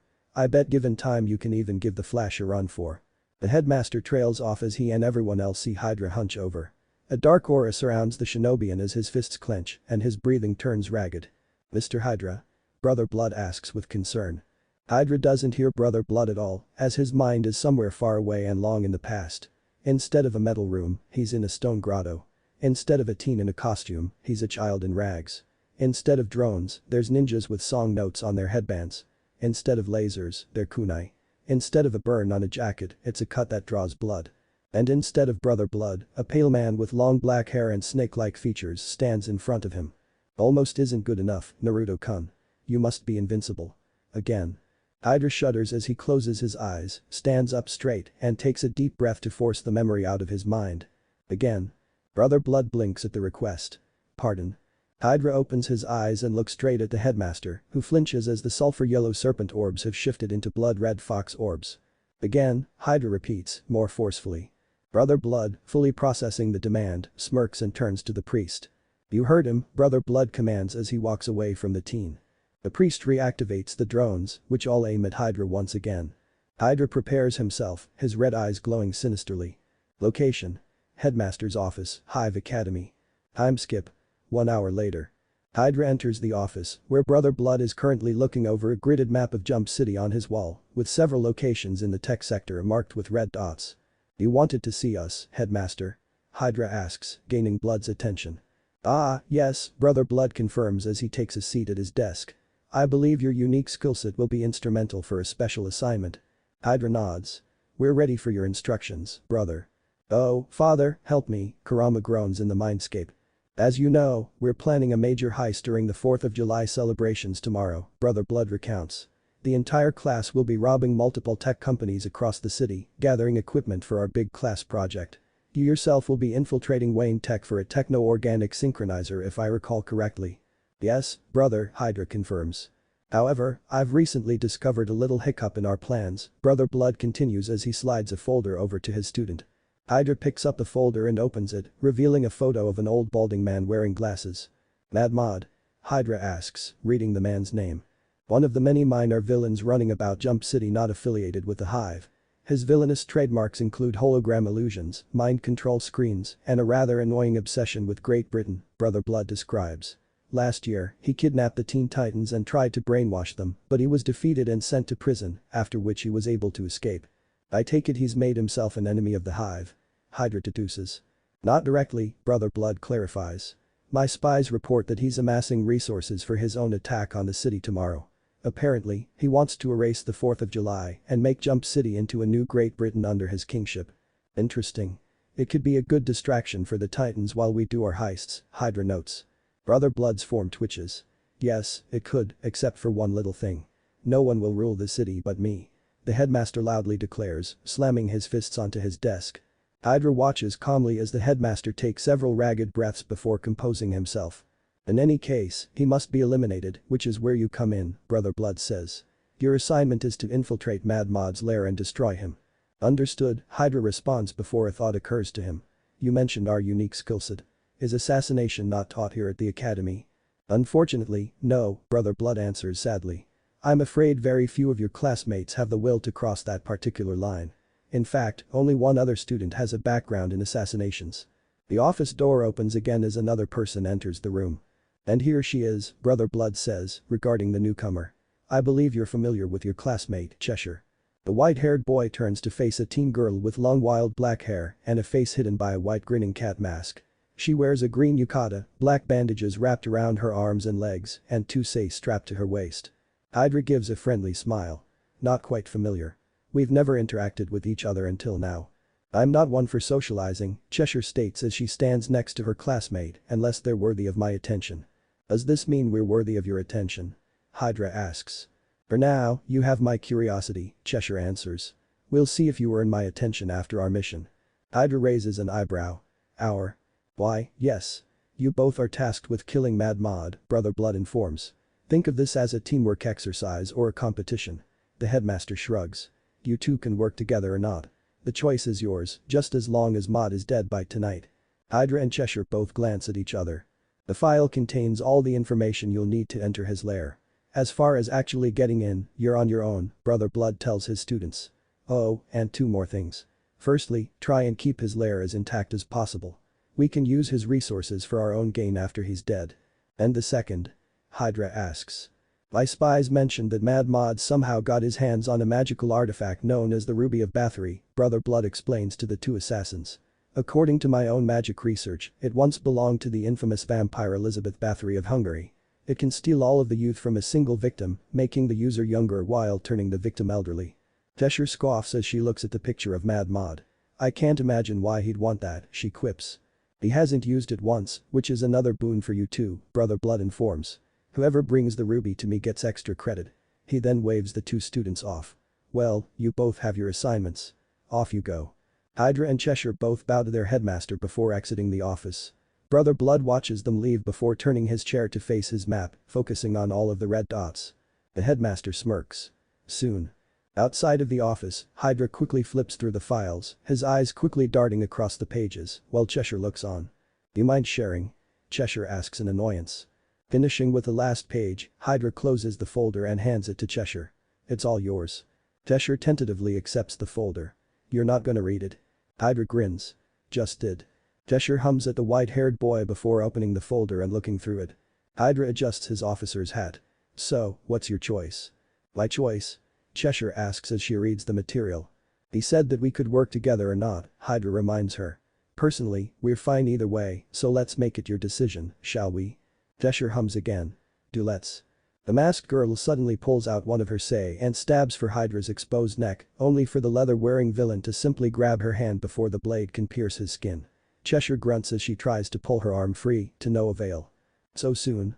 You're quite the opportunist, aren't you? Hydra asks in amusement. We like you. Cheshire growls behind her mask. The feeling isn't mutual, boy. After you let me go, I suggest you abandon this little assignment. Otherwise, I'll be burying two people tonight. Hydra continues smiling as he sniffs Cheshire's sigh, noting a particular odor coming from the blade. He then extends an abnormally long tongue out of his mouth and licks all across the blade, with Cheshire watching in morbid fascination. Hydra smacks his mouth a couple of times. Jellyfish toxin. A unique choice. You certainly have our curiosity, Cheshire. With that, Hydra releases Cheshire and walks away, leaving the girl alone in the hallway. Cheshire looks at her defiled weapon. Okay, that was hot. Location. Raven's room, Titan's tower. Time skip. Evening. While the rest of the Titans spent the whole day training in the team's workout room, Raven, predictably, went back into her own room to learn even more magic from Malchier. At the moment, she's standing a distance away from a bust of Albert Einstein, while Malchier watches on from the side. Raven stretches out her arms, and a ball of black plasma forms in her hands. She grunts as she forces the energy to stabilize in between her palms. Azrath Metrian Zinthos. Raven chants before firing the plasma ball at the statue. The ball impacts the head and bursts, creating a plume of smoke. When the smoke clears, a large scorch mark has formed on the bust's face. Raven's face lights up with joy as she turns to Mentor, only for that joy to fall as he shakes his head. Good effort, but still unacceptable, Malchier informs his student. Raven looks dismayed. But I kept the energy under control this time. It's not your control that's the issue. It's your power, Malchier clarifies as he points at the bust. You're supposed to destroy the statue, not burn it. Raven's eyes go wide in shock. But if I use that much power on a person, they'd die. Exactly, Malchier says, shocking Raven further. This is an ideal weapon against someone as durable as Hydra. Raven looks down insecurely. I'm a hero. I'm not supposed to kill people. That's what villains do. Malchier sighs in frustration. You're still not getting it, Raven. Hero, villain, it doesn't matter. Not for people like us. He lifts up Raven's chin. You're a protector of the city, aren't you? You need this power, my power, to protect the city and your friends from those who would destroy them. He then releases Raven's chin and walks away. Now then, try again. Raven takes a deep breath, faces the bust, and extends her arms again. She opens her mouth to say her chant then closes it. I don't think I have what it takes to kill someone, Malchier, Raven admits in a weak voice. Blast this annoying little tart. Malchier yells internally. Malchier walks behind Raven and leans in close to her ear. Here's a little motivation then, my sweet Raven, the false wizard says in a dark tone. If, at any time, you were to hold back your power in any way, it just might cost you the battle. It could even cost you your life, or perhaps the lives of myself and your precious little friends. Raven's eyes widen in horror. No. Yes, Malchier continues, mentally enjoying her torment. And if that were to happen, you'd be all alone once again. Do you want that, Raven? Do you want to be alone? Raven's eyes fill with tears as energy forms in her hands. No. Never. Then harden your heart, dig in deep, and show me your true power. Malchier demands, shouting in the poor girl's ear. Raven's eyes light up with black energy as a much larger plasma ball forms between her hands. Azrath Metrian Zinthos. Raven screams before firing at the bust once again. This time, the impact causes an explosion, sending smoke and shards of ceramic flying. When the smoke clears, the only things left of the bust are the various bits strewn across the room. Raven huffs as she tries to catch her breath, only for her breath to leave her as a familiar hand rubs the top of her head. I knew you could do it, my dear, Malchier says in a warm tone. Raven's heart lightens, happy that she finally made her lover proud. White magic emanates from Malchier's hand, and the bust reforms into a perfect undamaged state. Now then, once again, Malchier commands as he stands back. Raven dries her tears and nods before extending her arms out once again. Location. Unknown cave. The present the size of a bowling ball sits by itself at the mouth of a large cavern. It's wrapped with paper styled in the Union Jack and a large red bow. A large figure walks out of the cave and stops in front of the present. The figure is a tall robot with red eyes, an exaggerated nose, and large metal hands. The robot wears a uniform reminiscent of a British Royal Guard, complete with a tall furry hat. The robot looks down and regards the loan package. Red lights shine from its eyes and appear to scan the present. Once the scan is complete, the robot picks up the present and carries it back into the cavern. On a nearby tree, a large grin moves within the tree line. After a moment, Cheshire appears to fade into view. The old bomb in the present trick. So disappointing, Hydra, Cheshire chastises to no one. Oh well. Time to go to work. Cheshire leaps down from the tree, ready to complete her mission and prove herself. Deep inside the cavern, the elderly Mad Mod tinkers with a device on his workbench. A couple more screws here and there, a quick tweak Mad Mod mutters before smiling as his device lights up. And Bob's your bloody uncle. The villain laughs evilly as he admires his handiwork. Bloody brilliant. With this little beauty, I'll be able to hack into that cursed broadcast right when the Yanks are watching their little fireworks show. Mad Mod rants, twirling his ruby-topped cane. Once that's done, I'll zap everyone's brains with my little whirly-durly, making the entire city into my slaves. That's when I'll take my rightful place as King Mahdi I, ruler of New Great Britain, and nobody, not even those naughty little duckies, the Titans, will stop me.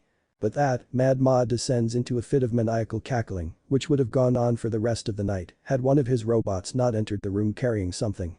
The villain turns to regard his robotic henchman. Oi. Ain't you supposed to be guarding the… He stops as he sees just what the robot brought in.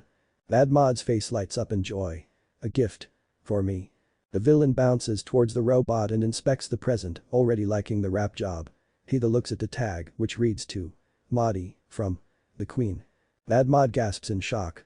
From Her Majesty, the Queen. What an endorsement. He then stops and eyes the package suspiciously. Wait a tick. Is this some kind of bomb trick or something? No explosive materials detected, the robot reports. The contents are crystalline in nature. Mad Mod's excitement returns thricefold. Well, don't just stand there, you muppet. Set it down. The robot sets the present onto the workbench and stands back, allowing the villain to eagerly rip apart the wrapping paper and tear open the box. Mad Mod's jaw goes slack as he sees a massive ruby gem resting in front of him. The now salivating villain examines the large jewel from top to bottom. Now this is what I call a crown jewel. Mad Mod says with delight. If this ain't a royal blessing for my plans, I don't know what is. Mad Mod checks out his physique through the reflection. Maybe I'll pay the bird a visit once I'm crowned. She and I will make one hell of an empire.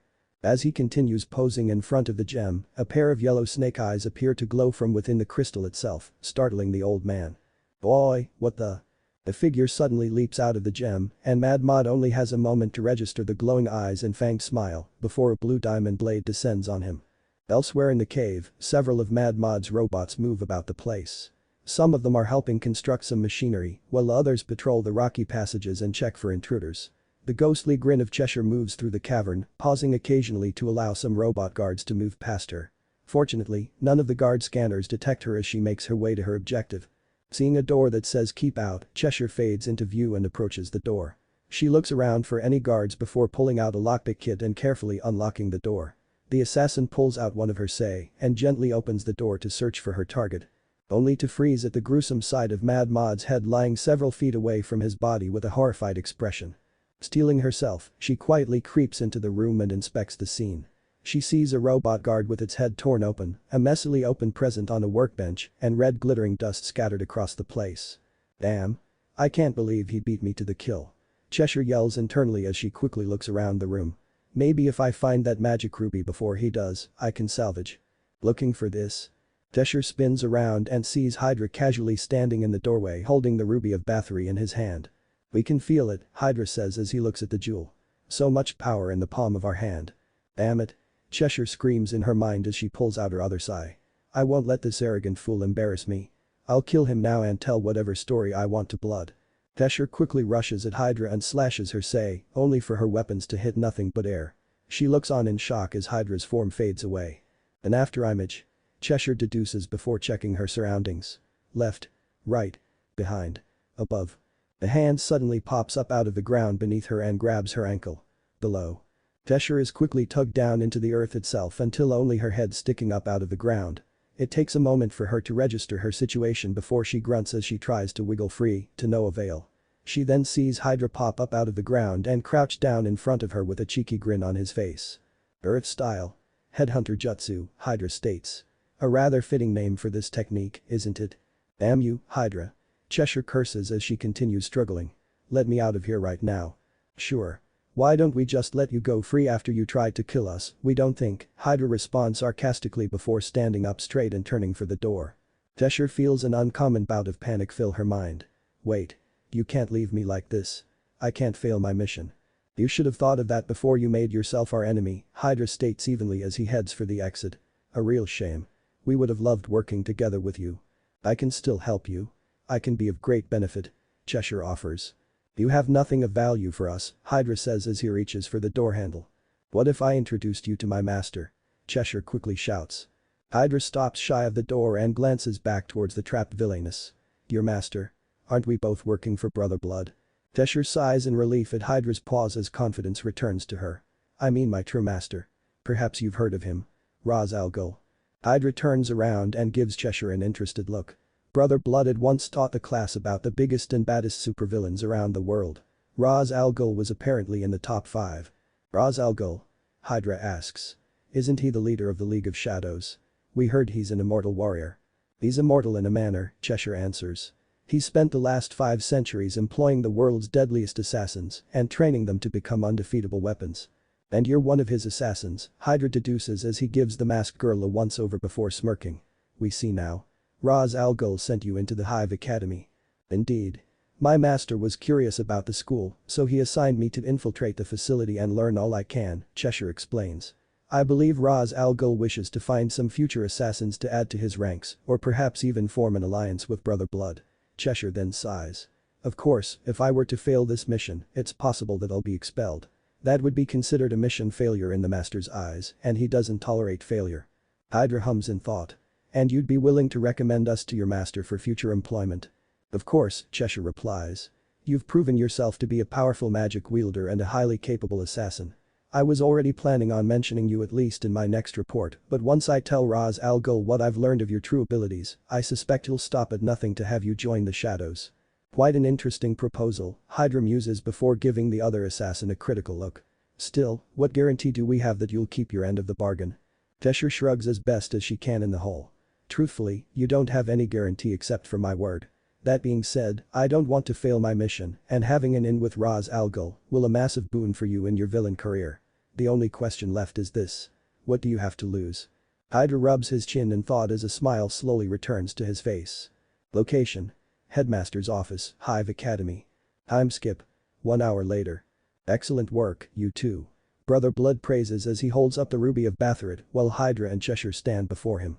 I honestly didn't expect you both to go the teamwork route, but it appears to be a marvelous success. We appreciate your praise, Headmaster, Hydra says smoothly as he bows. Truthfully, it's been quite an enlightening experience for us both, Cheshire states with a smirk behind her mask.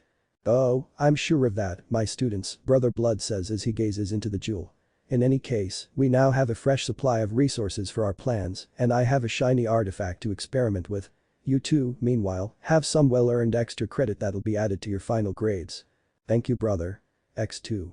Now, run along back to your rooms and get some rest, Brother Blood commands. Everyone has a busy day tomorrow. Hydra and Cheshire both give another bow to the headmaster before heading out of the office. Brother Blood takes another look at the ruby in his grasp.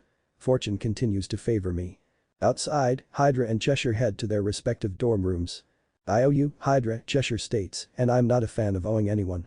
Just follow through with your recommendation to Ra's al Ghul, and we're square, Hydra replies. Cheshire suddenly spins around and reaches her hand for Hydra's face, only for Hydra to quickly grab the approaching appendage. The masked villainess makes no move to struggle as his hand is an inch away from the white-haired boy's cheek. You've earned my attention, Hydra, Cheshire says in a smoldering tone as her fingers reach out and traces lines on Hydra's cheek. Keep this up and you might just earn something more. Hydra gives the other assassin a curious look as he releases her hand, allowing her to walk away from him with an extra sway to her hips. The shinobian watches the earthling girl leave. We're sure getting popular, aren't we, Kurama? The demonic voice sighs in annoyance. As dense as steel. Location. Common room, Titan's Tower. Time skip. The next night, 4th of July. The sizzling of meat is heard in the kitchen as an apron-wearing cyborg holds up two large plates, with cheeseburgers on one and hot dogs on another. The burgers are cheesed, the hot dogs are hot, and the fireworks are about to begin. Man, I love the 4th of July. Cyborg proclaims as he starts passing around food to the rest of the Titans and Malchier. What is this 4th of July? Starfire asks as she accepts a heaping amount of burgers and dogs. Is this a celebration of the month of July, or the number 4? I'm curious as well, Malchier says as he tentatively takes a burger and a dog. I think this holiday is a bit after my time. It's Independence Day. Sorta like America's birthday, Robin answers as he grabs some food. Oh. Should we then bake the America a cake? Starfire asks innocently. He means it's the birthday for our country, Cyborg clarifies. See, back in the 1700s, America was a colony that belonged to the Great British Empire. Old King George treated us like dirt, taxing everything we loved from sugar to tea. Until finally, we said enough. Beast Boy interjects proudly. We led a revolution, kicked out old King George and his redcoats, and made our own country. The United States of America. We celebrate this revolution every year on the 4th of July with good food and an amazing fireworks show, Robin finishes before taking a bite out of his cheeseburger. Glorious. My congratulations to the United States of America. Starfire shouts gleefully as she sips on some mustard. I must say, I'm rather surprised that England even had an empire. I remember when the Normans were fighting the Saxons for control of that little rock, Malchier recalls. The disguised dragon looks warily at the little bread-wrapped sausage in his hand before looking over to Raven, who's drinking some tea with her hot dog. What kind of meat is this, by the way? Malchier asks. It's not actual dog, is it? Not that my dragon self would mind that much. Raven shrugs. I honestly couldn't tell you, she says before biting into her dog. Malchier gives one last nervous look at his hot dog before taking a bite. As soon as the flavor hits his tongue, stars form in his eyes. I have absolutely no idea what this is, but it's delicious. Malchier declares before wolfing down his hot dog, which surprises Raven and the other Titans. Cyborg grins excitedly. I didn't know you were a carnivore, Malchier. Oh, you haven't the slightest idea, Malchier says knowingly as he polishes off his hot dog before moving on to the hamburger. Titans. The show's about to start. Robin calls out, getting everyone's attention. The TV broadcasts a view of the darkened evening waters Jump City Bay, which quickly gets illuminated with bright green light as the fireworks extravaganza begins. Glorious. Starfire shouts. Beast Boy smiles. Totally. Definitely love this holiday. Cyborg proclaims. Malchier continues eating as he calmly watches the flashes of colorful lights. I must admit, this is quite a good show for humans. We dragons can definitely make more impressive explosions, though. If I recall, King Damocles once. Earp. Earp. Earp. Everyone is startled by the flashing lights inside the tower and the sirens that go with them. Aw man. Who's ruining my holiday? Cyborg complains. Robin quickly types away on a nearby computer before cursing under his breath. It's the Hive. They're robbing tech companies all across the city. Robin answers as the TV broadcast shifts into 5 smaller screens, each one showing a different building being robbed by certain teenage supervillains, including the Hive trio. Raven and Melchior both focus their sights on one particular screen, showing a large red snake partially inside a building with a red illuminated Wayne on top. Perhaps we should be dividing and conquering, Starfire suggests. Robin shakes his head. Having a single hero fight a group of villains is too risky. We can't underestimate anyone in the Hive, especially Hydra. Our only chance of victory is to focus on one single target and deal with them. If I may make a suggestion. Melchior suddenly pipes up, getting the Titans' attention. Perhaps Hydra should be the chosen target. Dude, you want us to fight the strongest member of the Hive? Beast Boy asks incredulously. Since he is the strongest, he's likely stealing the most important item. By stopping him and recovering the item, it'll do the most damage to the Hive's plans, Melchior reasons. Robin hums in thought before nodding. That's some sound logic. Besides, I'd rather not have anything stolen from Wayne Tech. Speaking as a Gothamite. Cyborg asks. Yeah, something like that, Robin answers Cyborg cryptically before turning to Melchior. I trust that you can hold the fort while we're gone. But of course. Melchior replies as he holds up a cheeseburger. Try not to eat all the food, alright? Cyborg asks with a smirk.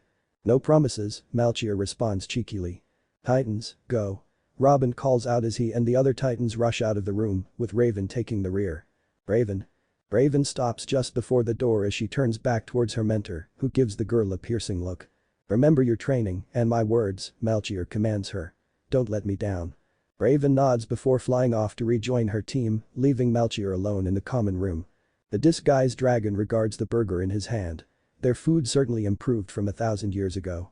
Perhaps I'll find myself some chefs to serve me once I claim my territory. Location. Outside Wayne Tech, Jump City. Time skip. Later. Several scientists rush out of the front doors of the tech facility just before a colossal red snake with a slash going through its right eye bursts out of the building. The serpent hisses challengingly at the fleeing civilians before looking down at Hydra, who calmly exits the building. Finally. It's about time you finished up, Naruto. The snake complains. You're so impatient, Garaga Hydra says with a smile. Of course, I am. You promised me a battle, remember? Garaga recalls. Yes, we did, Hydra confirms as he spots 5 figures approaching in the distance, and here it comes. The Teen Titans stop a distance away from the villain and his summon. Hydra raises his arms up in greeting. Happy 4th of July, Titans. It was happy until you showed up, Cyborg says with a glare. Hydra appears to have a look of hurt on his face as he glances down and places his hand over his heart. After a moment, however. Kuku he he he he he. The heroes shudder as the leather-clad villain laughs uproariously and gives them a maniacal smile. Well then, we suggest you try and have some fun tonight. We know we certainly will. Hydra yells before looking up at the red serpent. Sick him, Garaga. With pleasure. Garaga responds before launching himself at the Titans with an open-fanged mouth. Move. Robin calls out as he and the other Titans barely dodge the biting attack. Beast Boy lands right next to Garaga's head and smirks. You want to fight? I'll give you a fight. He declares before morphing his body. Garaga raises himself up and watches as a giant green snake appears and hisses at him. The red serpent makes his own version of a smirk. Now this is a battle. Garaga and Beast Boy both lunge and coil around each other before tumbling down to the ground. The rest of the Titans watch as the 2 massive snakes wrestle and snap their fangs. Beast Boy will handle the snake. The rest of us will handle Hydra together, Robin says as he and the remaining heroes face the grinning villain. Hydra scoffs. You'll handle us, huh? He asks as he opens up his leather jacket. A shinobi tosses the jacket away, and the Titans gasp as they see a chisel-toned torso with heavy amounts of scarring, along with thick muscular arms. Starfire and Raven can't help but blush at the sight of Hydra's strong yet battle-worn body. Raven quickly shakes herself out of her stupor. Get it together, Raven. You have Melchior.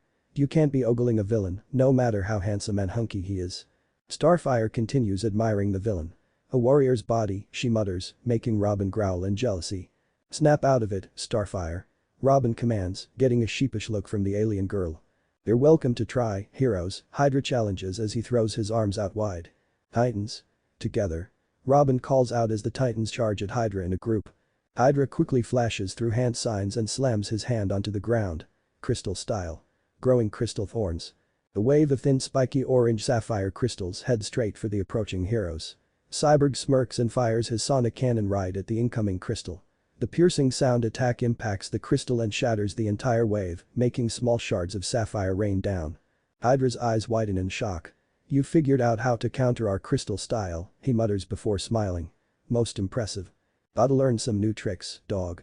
Cyborg calls out as he and the other titans descend on the villain. Hydra simply smirks and flashes through more hand signs.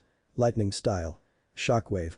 A wave of electricity bursts out of Hydra's body and hits the incoming titans, who are all forced back to the ground.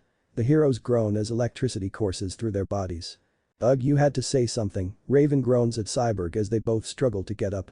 Starfire recovers first and flies right at Hydra, aiming to strike him with a flying punch. Hydra simply leaps over the incoming hero and slaps something on her back before softly landing right behind her. Starfire stops, looks behind her, and sees a small slip of paper with writing and seals on it. "I am confused. Is this a prank?" Starfire asks warily. "Not exactly," Hydra answers before making a single hand sign.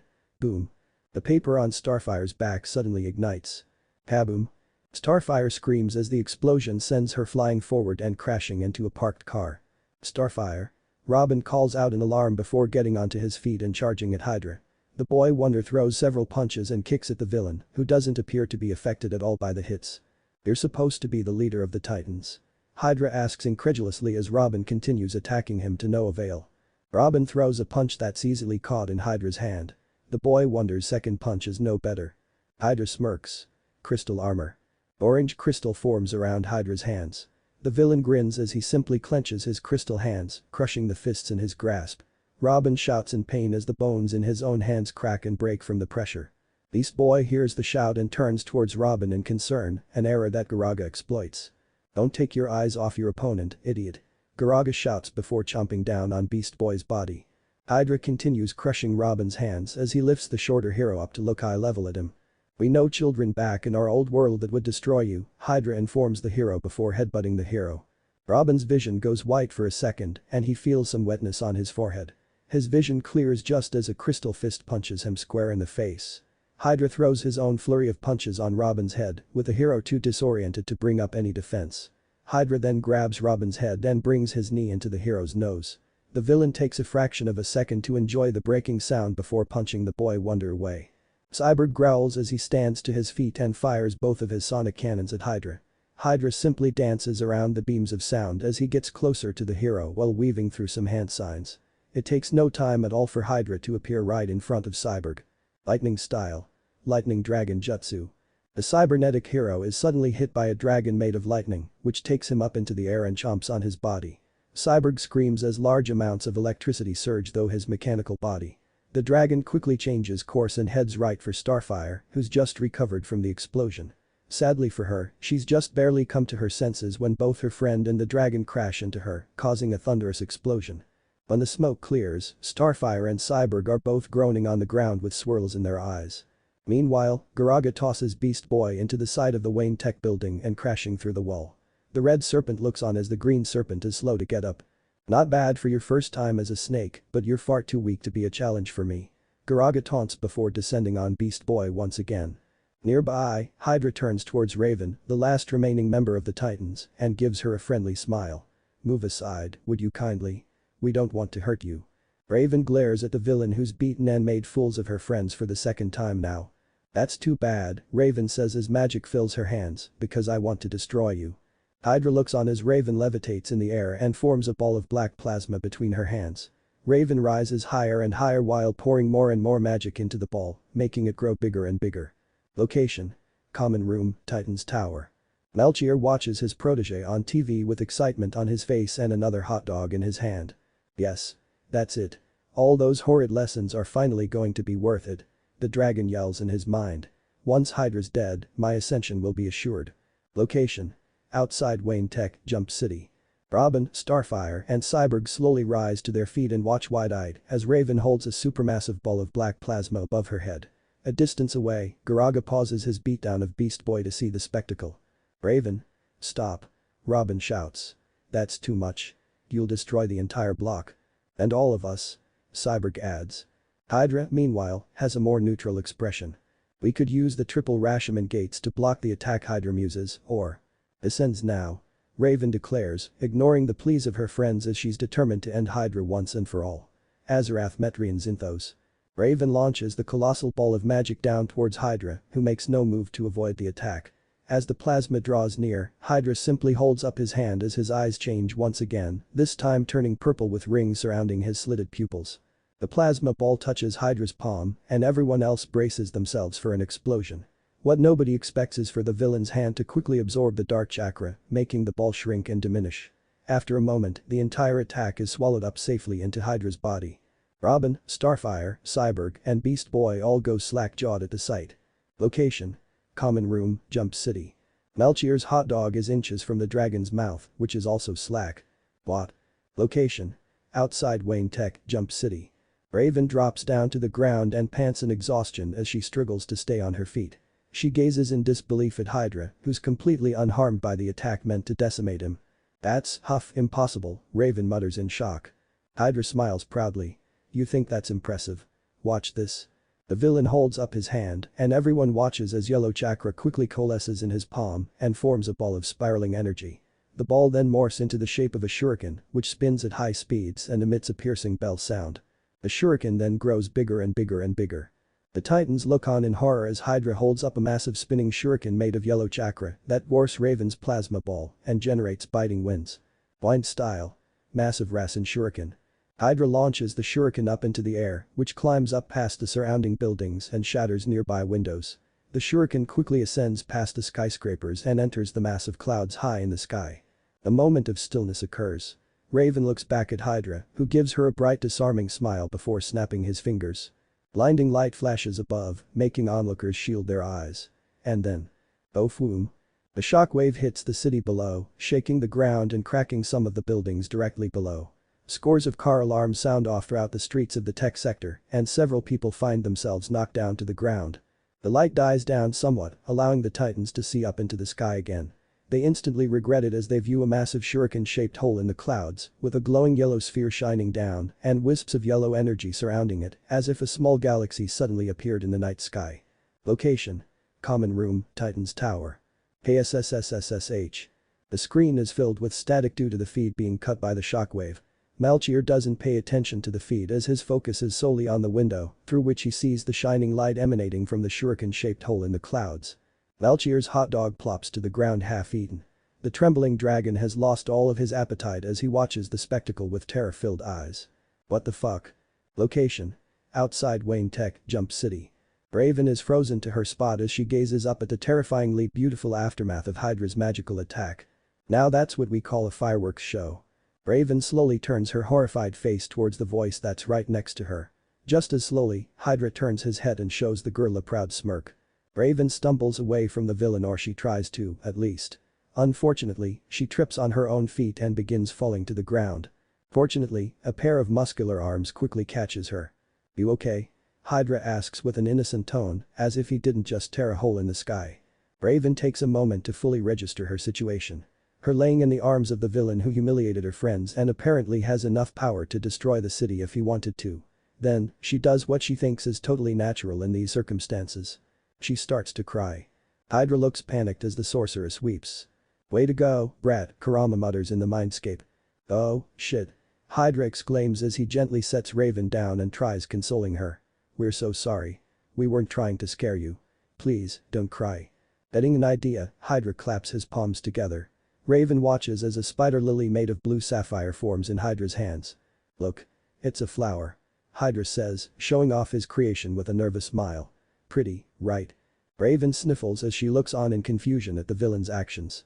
He goes from fighting her team to showing her flowers. The sorceress glares. Is this some kind of joke? Hydra's smile falls as the flower crumbles into dust. Pardon? You're just showing me a flower right after you let off a magical new cup in the sky. Raven questions with tears in her eyes. Are you getting some kind of a sick kick at messing with me? Wait a minute. We weren't trying to scare you. Honestly. Hydra defends. Then what was that? Raven yells. Were you trying to impress me or something? Yes. Hydra answers quickly, shocking the girl. We wanted you to be amazed. We thought the people of Earth liked fireworks. The people of E what? Raven exclaims incredulously. What's wrong with you? We're in the middle of a battle and you're showing off to me. We're enemies, remember? Hydra's face softens. But we don't want you to be our enemy. The innocent statement makes Raven pause in her anger. The sorceress takes a moment to calm herself down before asking, "What exactly do you want me to be?" Hydra nervously rubs his head, which amazingly still has his officer's hat on it. "Honestly, we're not quite sure how to describe it. It's definitely stronger than what we feel for our friends.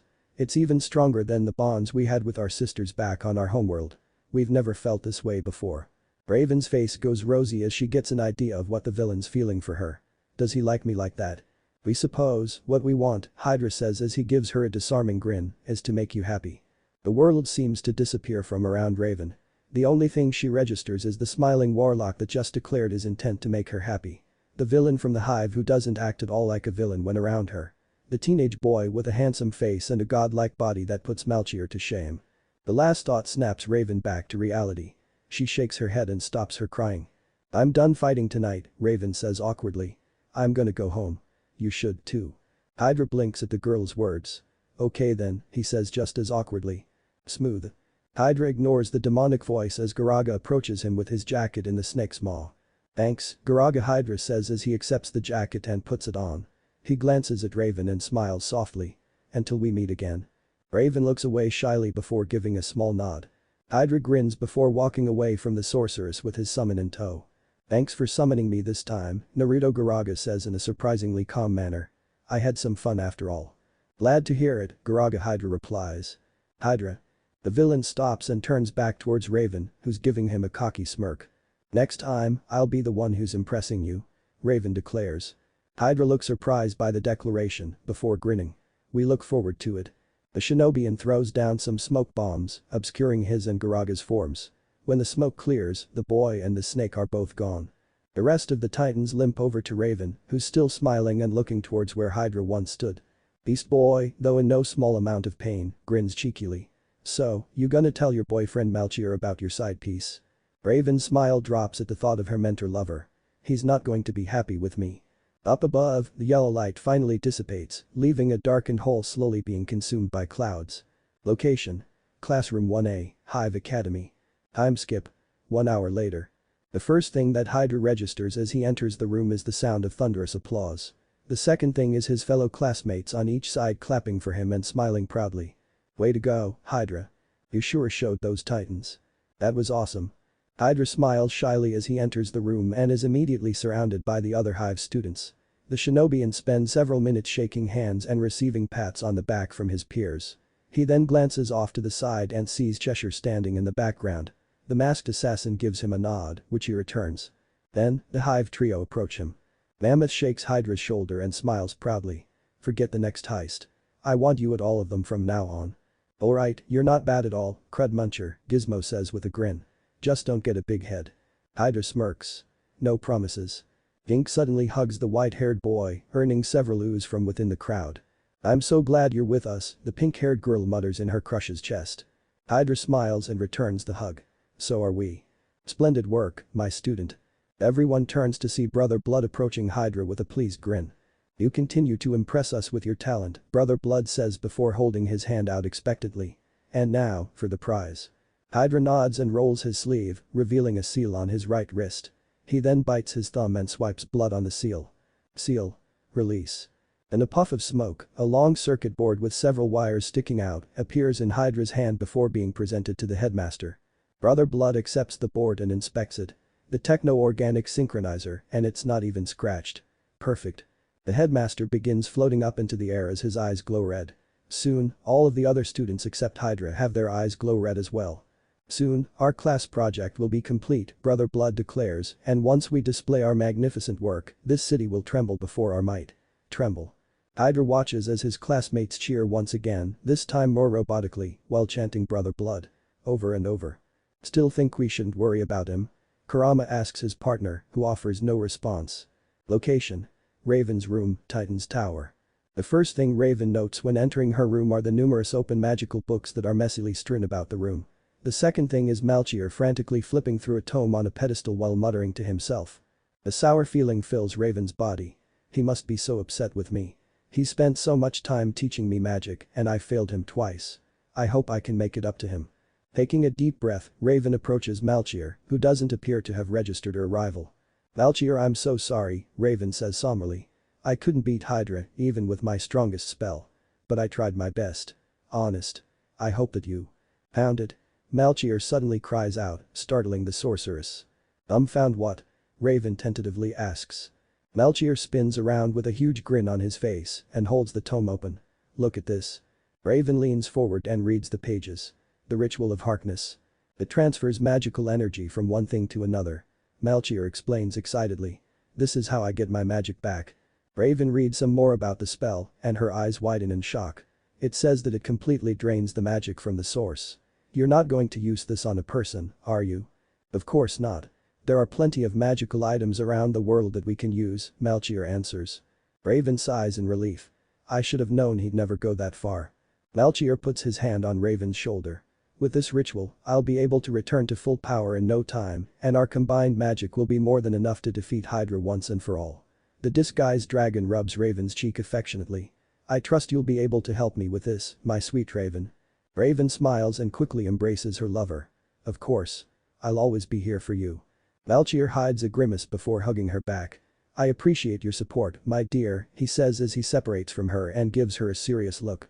In the meantime, we have to step up your training. From now on, no more games, no more holidays, and no more frivolous distractions. If it's not food, sleep, or fighting criminals, then it's irrelevant. Remember, this is all for you to master magic and defeat that warlock. Understood. Raven takes a deep breath before nodding. I understand, my master. Melchior grins and gives Raven a peck on her forehead. Well said, my sweet Raven. Raven smiles at the affection. I'm glad he's happy now. This is the man that I fell in love with. I can sacrifice some free time if it means I can make him proud of me. This is what I desire. The image of a smiling white-haired boy with whiskers suddenly enters her mind. Isn't it? Chapter end. Chapter 3. Haunted. Location. Robin's room, Titan's Tower. Time. Midnight. It's been several days since the debacle on the 4th of July. Everyone in Jump City has been talking about the newest villain in town known as Hydra, especially after the massive bright explosion he let loose during his heist of Wayne Tech. Some citizens expressed concern that a teenager with that much power was running around and committing crimes, while the Teen Titans have been utterly powerless to stop him. Other people, however, have strangely been idolizing Hydra, finding his magic and looks oddly appealing. It's not just Jump City that's taken notice. People in groups nationwide, even worldwide, have turned their attention towards the young villain. This is why Robin, leader of the Teen Titans, is currently in the middle of a very frustrating Zoom call in the middle of the night. I'm telling you that we'll handle this. Robin loudly insists. There's no need for you and the others to get involved. The person on screen is the last person Robin wishes to talk to right now. He's an older man in a gray bodysuit with a yellow belt, black scalloped gloves, black boots, black underoos, and a black bat symbol on his chest. The most prominent feature of his outfit is the cape cowl with pointy ears and white featureless eyes.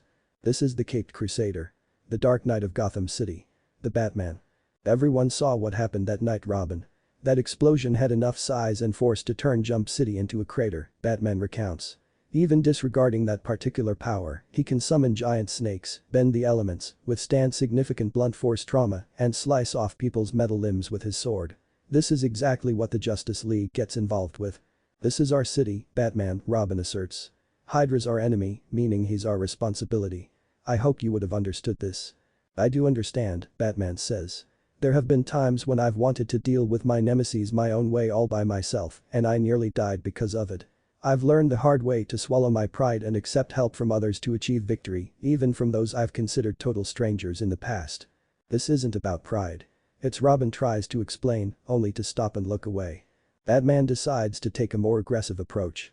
You know, we almost had this discussion when Slade used Terra to take over Jump City. Robin swiftly glares at his teacher. We handled that. We beat Slade. Wrong. Terra beat Slade, Batman corrects, at the cost of her own life after she defeated you and your teammates one by one. Hydra is more powerful than Terra and appears to be more devious than Slade. How exactly are you planning to stop him? Everyone has a weakness. Once we find it, we'll use it against him, Robin explains. I'm personally combing through both of our fights with Hydra to look for any vulnerabilities we can exploit, and Raven's learning new spells from Melchior that might give us an edge. Batman raises an eyebrow under his mask. Melchior. Robin sighs, remembering the other new development that everyone else has largely looked over. He's a wizard from the 11th century that apparently got trapped in a book after fighting an evil dragon. Raven released him a few days ago, and he's been teaching her magic ever since. Also, they're dating. This information sets off countless alarms in Batman's brain. You're telling me that the most powerful and volatile member of the Titans is in a romantic relationship with a total stranger who's been trapped in a book since the Dark Ages for unconfirmed reasons. That doesn't bother you? Raven's not as volatile as you think, Batman, Robin defends his teammate before rubbing his chin in thought, but yes, it does bother me. Honestly, their relationship feels familiar for some reason, but I can't quite put my finger on it. I've searched for historical references to the wizard Melchior of Knoll and the dread dragon Rorak, but nothing's popped up. I haven't been making it my priority because of Hydra, but if you want, I can do some digging of my own, Batman offers. It can help you focus more on Hydra. You don't have to do that, Robin says. You're probably busy with stuff in Gotham. It's alright. After everything that's happened between us, it's the least I can do, Batman insists. Besides, things have quieted down since Salvador Maroni's criminal empire was destroyed. An alarm suddenly goes off on Batman's end, making the Dark Knight look off to the side. Spoke too soon. Looks like the Penguin and Black Mask are fighting over some territory, Batman states before facing Robin. I have to go. Good luck and stay safe. Don't hesitate to call for help. With that, the call ends, leaving Robin alone in his dark room. Call for help.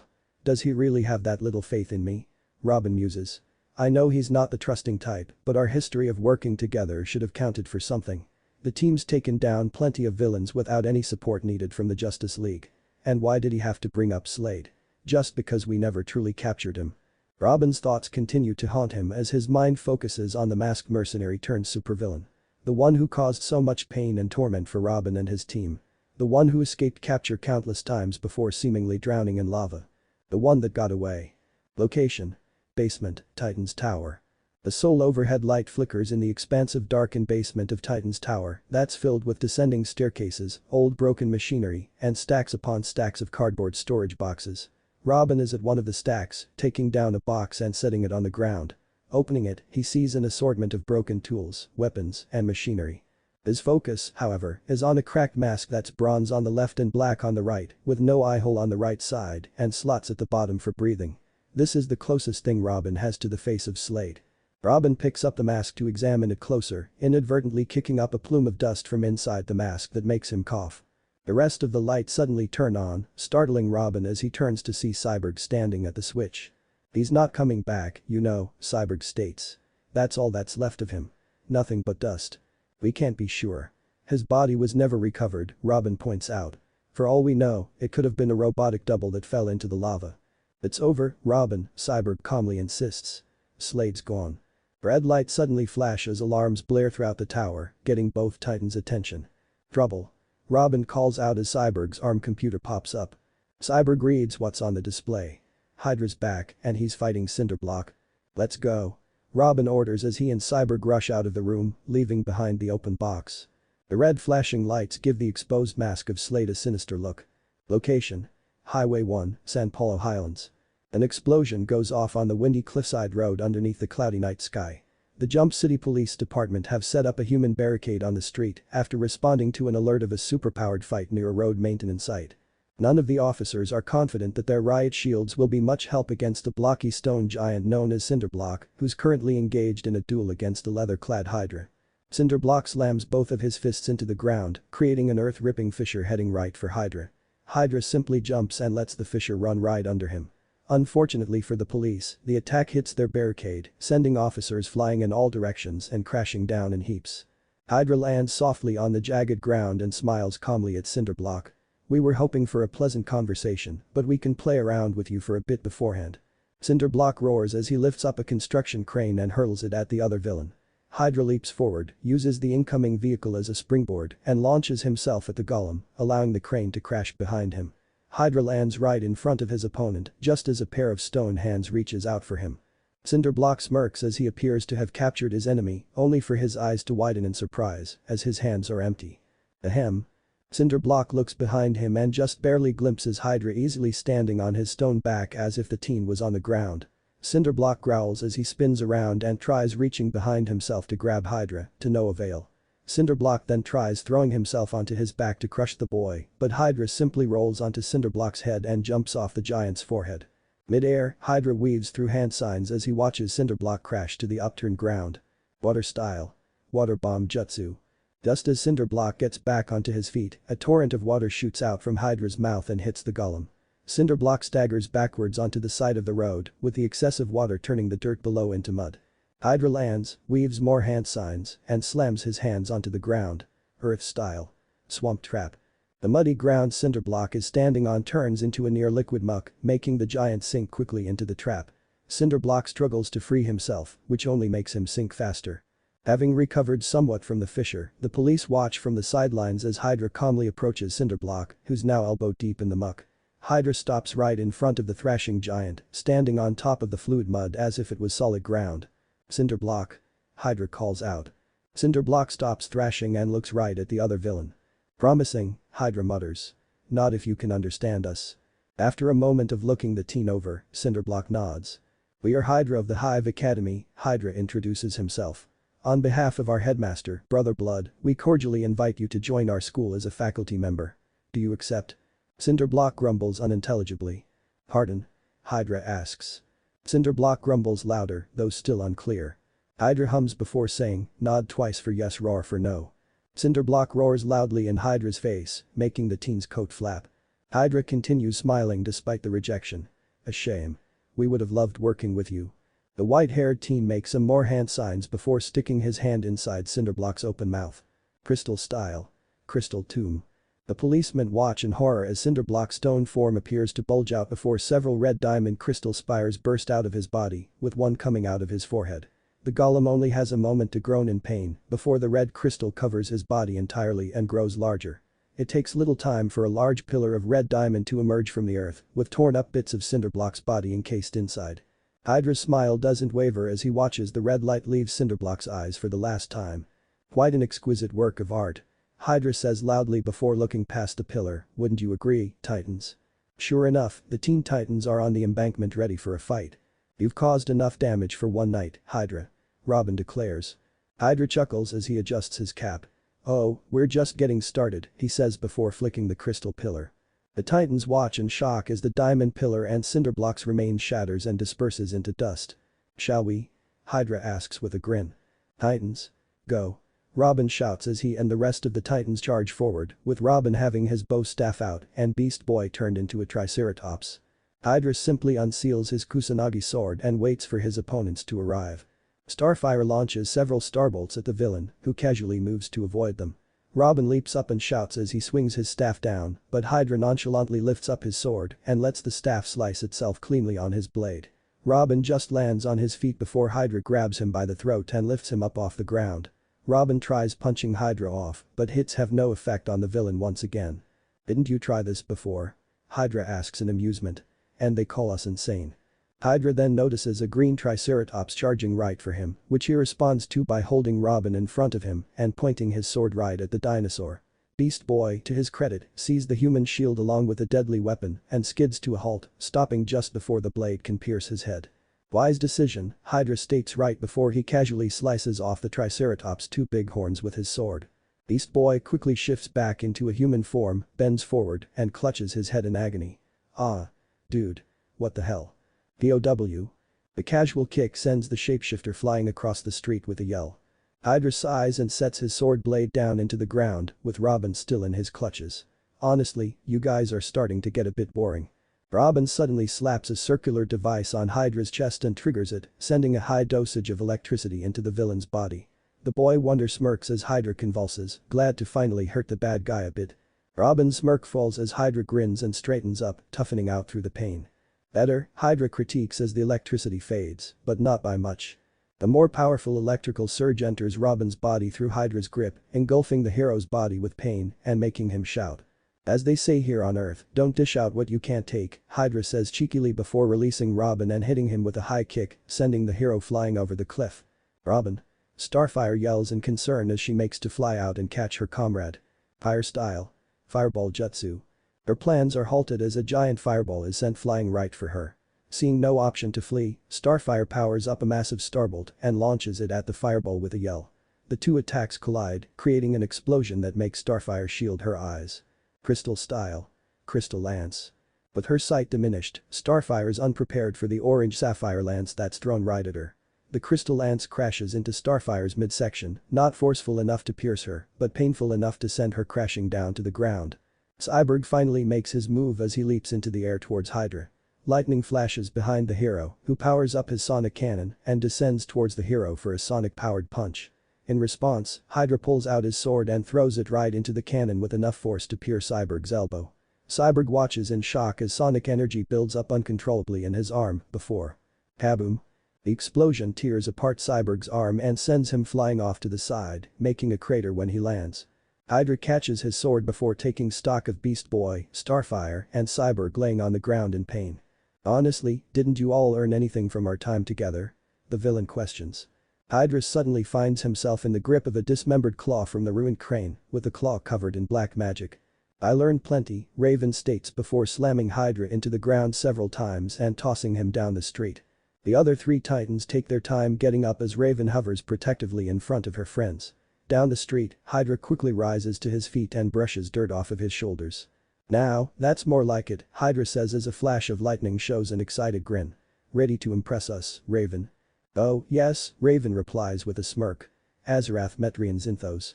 A massive black circle forms underneath Hydra, who only has a moment to register it before several black tendrils grab his body from below. The villain struggles to wrench himself free as the tendrils start pulling him down into the magical abyss. Fortunately for him, he has enough movement to weave some hand signs. Wind style. Pressure damage. A compressed burst of wind shoots out of Hydra's mouth and into the black mass below. The high-pressure winds coalesce into a dome, destroy the tendrils, and launch Hydra into the air, where he's illuminated by another flash of lightning. Now out of that situation, Hydra looks ahead and sees a multitude of vehicle parts coated in black magic being launched towards him by Raven. More hand signs. Fire style. Phoenix flower jutsu. Several fireballs shoot out of Hydra's mouth and intercept the oncoming debris, making them explode in the air.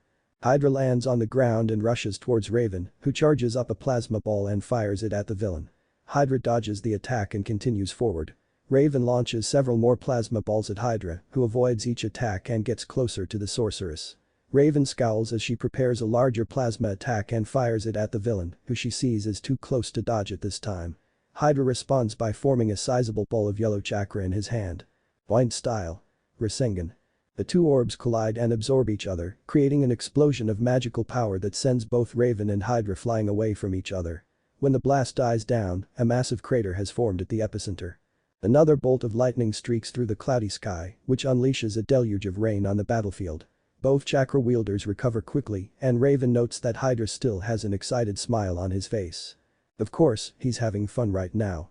"I'm trying to prove myself to Malchier, my friends have been beaten once again, and he's treating it all like it's some fun little competition," Raven gripes internally. "Well then, let's see how he likes this." Azarath Metrian Zinthos. Everyone else including Hydra watches in amazement as a colossal bird made of green fire emerges out of Raven's hands and hovers in the air with its wings spread wide.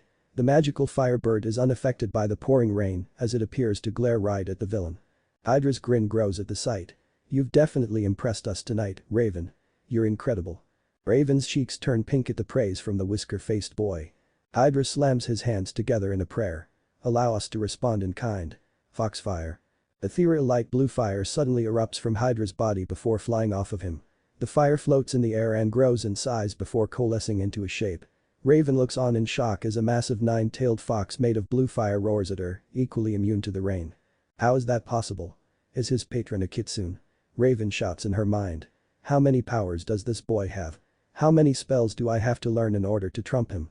Let's go, Raven. Hydra shouts as he commands the fox to charge at the sorceress. Brah! Raven yells in frustration as she commands the bird to intercept the fox. Both fiery beasts collide mid-air before appearing to swirl with one another, creating a spiral of green and blue fire.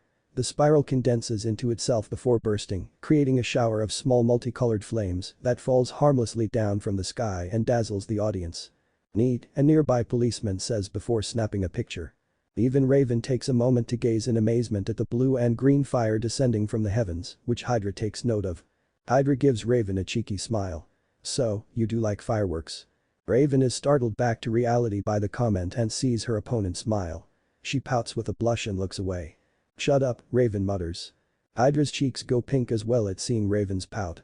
You're cute when you pout, you know. Raven's entire face turns red, which she tries to hide with her hood. We'd love to play some more, but we've got some other things to take care of tonight, Hydra says before throwing some smoke bombs onto the ground. Just as Raven prepares some magic again, the smoke clears with no sign of the villain.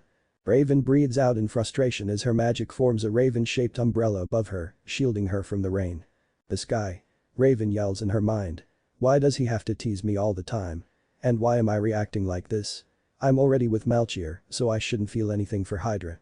Besides, it's not as if he actually has feelings for me, does he?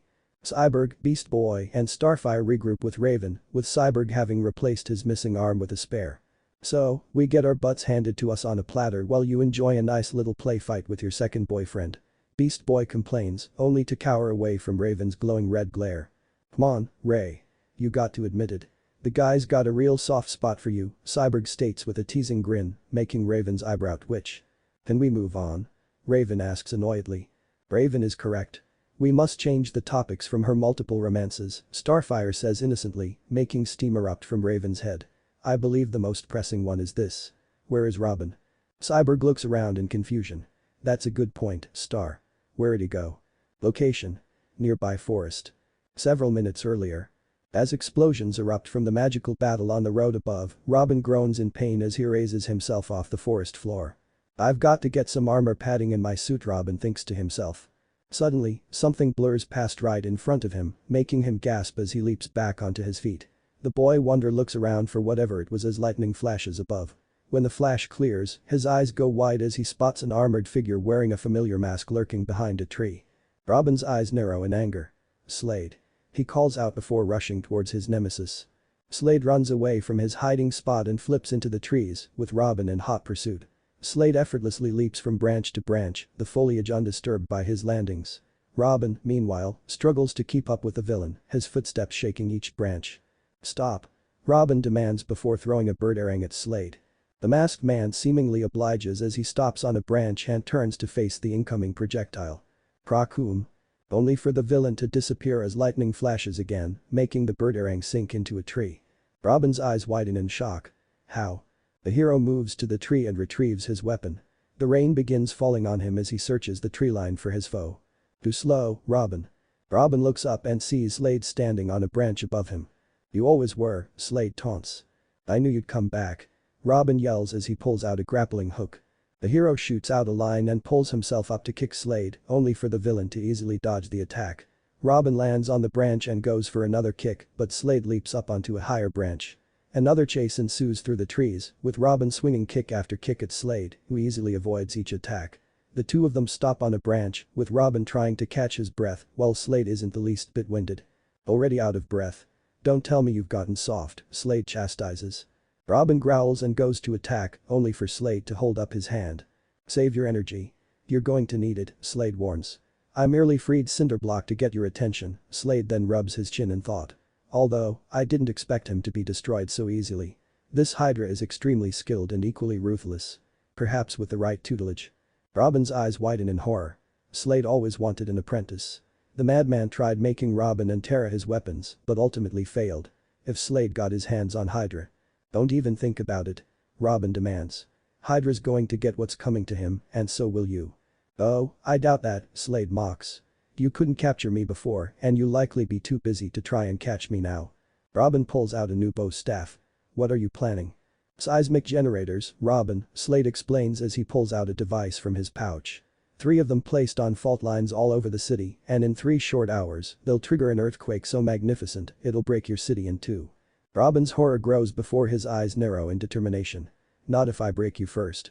Robin charges Slade and swings his staff, but the masked villain dodges the attacks before leaping off the branch towards the ground below.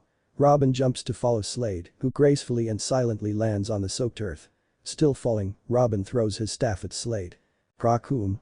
Only for lightning to flash once again and Slade to disappear just before the staff hits him. Robin catches a low branch and swings off it before landing with a grunt. He looks around and finds no sign of Slade anywhere. Frustration fills him as he retrieves his staff. I knew it was too good to be true that he was really gone. Robin laments internally. Slade's hunted me for long enough. I have to stop him once and for all. Sorry to interrupt your little nature hike, but where were you?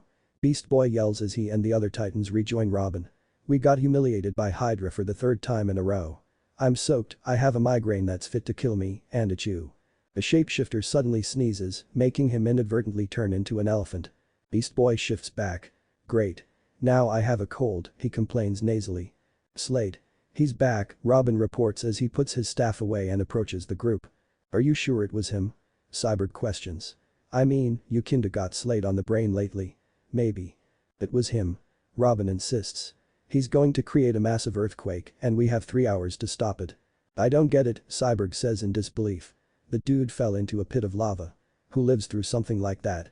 Apparently, Slade, Raven responds. Perhaps it was not the real Slade that fell into the pit, Starfire suggests. Yeah, he's pretty Beast Boy tries to say, only to sneeze several times, turning into a capybara, a velociraptor, and a goldfish, Slippery. We'll worry about how Slade survived later. Right now, all that matters is how we stop him. Robin asserts. Cyborg, check out the bridge. Raven, take the park. Beast Boy, the pier. Starfire, we're going after Slade. I hate to cut you off mid-planning, Raven interrupts, but what about Hydra? He said he had other things to take care of tonight. Shouldn't we be going after him too? If Hydra wanted to destroy the city, he would have done it by now, Robin responds. Whatever Hydra's up to, we'll take care of it after we stop Slade. Location. Rooftop, downtown Jump City. Hydra stands on a high rooftop overlooking the brightly lit city while holding a hive-themed umbrella to block the rain. He currently has his communicator open. And once we had our fun with the Titans, we left to get out of the rain and report our progress so far, Hydra reports. I see Brother Blood says on the other side of the call. As for your interactions with the Titans, try not to get too carried away with revealing your abilities.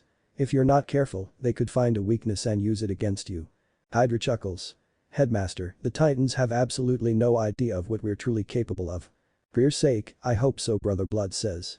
As for Cinderblock, his death is unfortunate yet not unexpected. His loyalty to his late master Slade is commendable. I was hoping that loyalty could be transferred to me, but we're surprised that you didn't want us to capture him so you could use your powers to control him, Hydra notes. Brother Blood groans. If only it were that simple. Even my magnificent powers can be stretched too thin when controlling so many people, especially a colossal brute like Cinderblock. Perhaps once I have the amplifier. Blood shrugs. Oh well. Nothing we can do about it. Now then, I believe you have 2 more of Slade's associates to visit. Hydra nods. We're on our way to Plasmus now. We'll report again soon. Brother Blood smiles.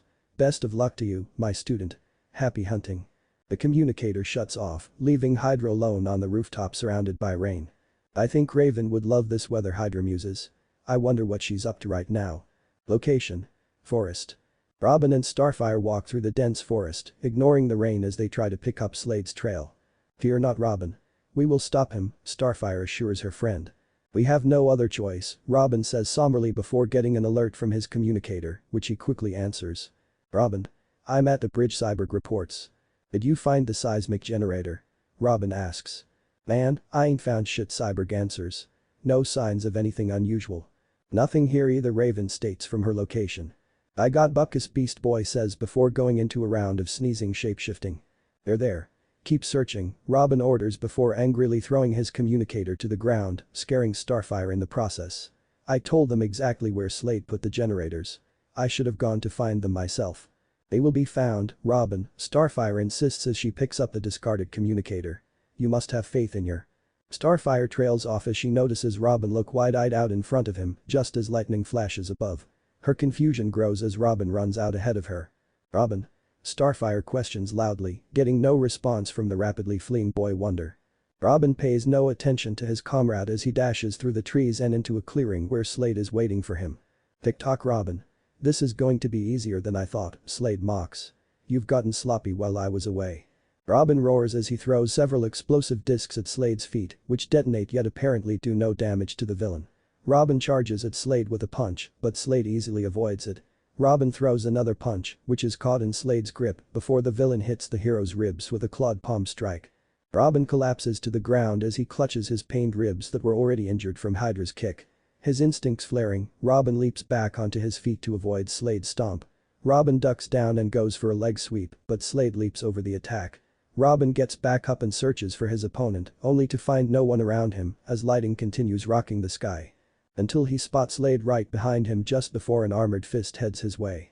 How? The punch sends Robin flipping across the muddy ground before collapsing on his stomach. He looks up and growls in frustration as Slade approaches him. "Robin." The shout gets both fighters' attention as they see Starfire looking down from a nearby hill. "Starfire. Stop him." Robin yells as Slade runs in her direction. The masked villain simply runs past Starfire, who's looking around in confusion. Robin runs to try and catch Slade himself, only for his nemesis to be nowhere in sight when Robin reaches Starfire's position. Robin huffs and snarls in anger at his enemy escaping once again before roughly grabbing Starfire's arm, getting a pained gasp from the girl. "What happened?" Robin demands as he clenches tightly on Starfire's arm. "You're hurting me," Starfire says with a scared look. "Slade ran right by you," Robin shouts, paying no mind to Starfire's pain. "How could you let him get away?" "But Robin, there was no one there," Starfire says with tears in her eyes, shocking Robin to his core. Location: Jump City Penitentiary. Multiple guards groan in pain as they strewn around the hallway in defeat. Hydra pays them no mind as he approaches a cell door, sword in hand. A couple of slashes turns tow door into scrap, allowing Hydra to walk casually into the cell. Inside, he sees a bald middle-aged man wearing only boxers floating in a tank of fluid, sound asleep. "I can't help but wonder if he ever truly got to have a life," Hydra muses. "Probably best to just put him out of his misery," Kurama says bluntly. "We still have a job to do," Hydra points out before slashing the tube open. As the fluid pours out of the opening, the man is slowly roused awake, which immediately sets him into a panic. "I'm awake." "Not again." The man cries out in despair. "Greetings. We are Hydra of the Hive Academy." Hydra introduces cheerfully. "How would you like to join our prestigious oh shit?" Hydra stops talking and leaps away as the man in front of him explodes into purple ooze, which expands and spreads out of the tube. The ooze forms itself into a large hunched humanoid shape with a large mouth and multiple green eyes on its head and shoulders. "We don't suppose you'd be willing to join the Hive, Plasmus?" Hydra asks in a hopeful tone. Plasmus roars in response before spitting out a torrent of gunk, which Hydra jumps away from. Hydra sighs. "We figured you'd say that," he says before flashing through hand signs. Shadow clone jutsu. With several puffs of smoke, Plasma soon finds himself surrounded by a dozen Hydras. As the monster tries to figure out which Hydra to attack, all of his opponents weave identical hand signs. Water style. Water bomb jutsu. X12. Plasma suddenly gets soaked by 12 pressurized fountains of water that mix into his oozing body, making him disperse into a blobby mess on the floor. As Plasmus tries to reform, the Hydras make more hand signs. Lightning style. Thunderbolt. X12. The Hydras extend their hands and unleash a barrage of lightning that impacts the blob. The water mixed into the ooze increases the lightning's power, making Plasma scream in agony. After several moments of electrocution, Plasmus's gooey form dissolves completely, leaving behind the sleeping naked man from before. The original Hydra's footsteps are near silent as he approaches the sleeping man, sword in hand. 0 for 2, Hydra mutters in annoyance before swinging his sword. Location: ruins of Slade's lair. Starfire leads the charge as she, Raven, Cyborg, and Beast Boy rush through the ruined hallway in pursuit of their leader. Robin hadn't taken Starfire's earlier explanation well, so he left her behind in the forest to find Slade himself. Dejected by Robin's actions, Starfire regrouped with the other 3 Titans, who still found no signs of the seismic generators.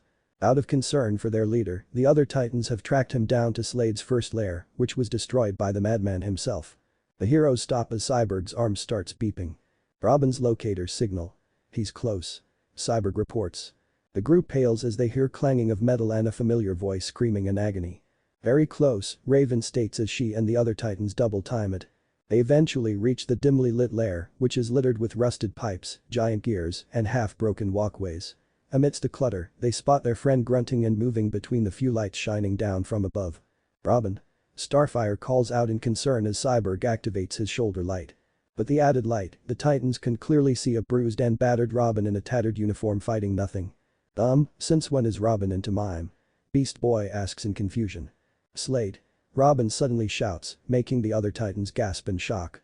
Starfire quickly powers up a starbolt bright enough to fill the entire chamber with emerald light. As the light reaches Robin, he suddenly looks around bewildered, as if his enemy had somehow disappeared. The boy wonders then spots the others. "What are you doing here?" he demands. "You're supposed to be finding the generators." "I don't think there are any generators, man," Cyborg says. "We looked everywhere." "Slade must be cloaking them, just like he's cloaking himself," Robin suggests as he approaches his skeptical teammates. "That's why you couldn't see him." "But if I could not see him, why could you?" Starfire questions. Robin starts to panic as he's unable to give a reasonable answer. What are you trying to say? Raven floats in front of the boy wonder.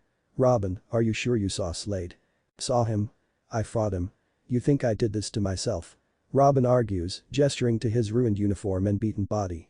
Dude, this is the only way out and we were standing here the whole time, Beast Boy says, still nasally from his cold. No one got past us. No one was here but us, Cyborg adds. I don't have time for this, Robin says as he heads for the exit. I have to stop those generators. Cyborg gets in Robin's way. There are no generators. He firmly asserts. There is no Slade. I know what I saw. Robin shouts angrily. I have to stop him.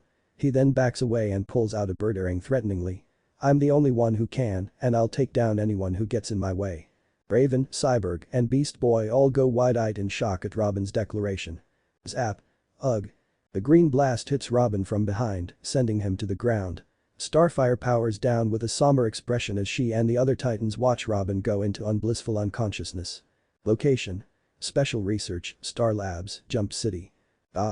Where's Samuel L. Jackson when you need him?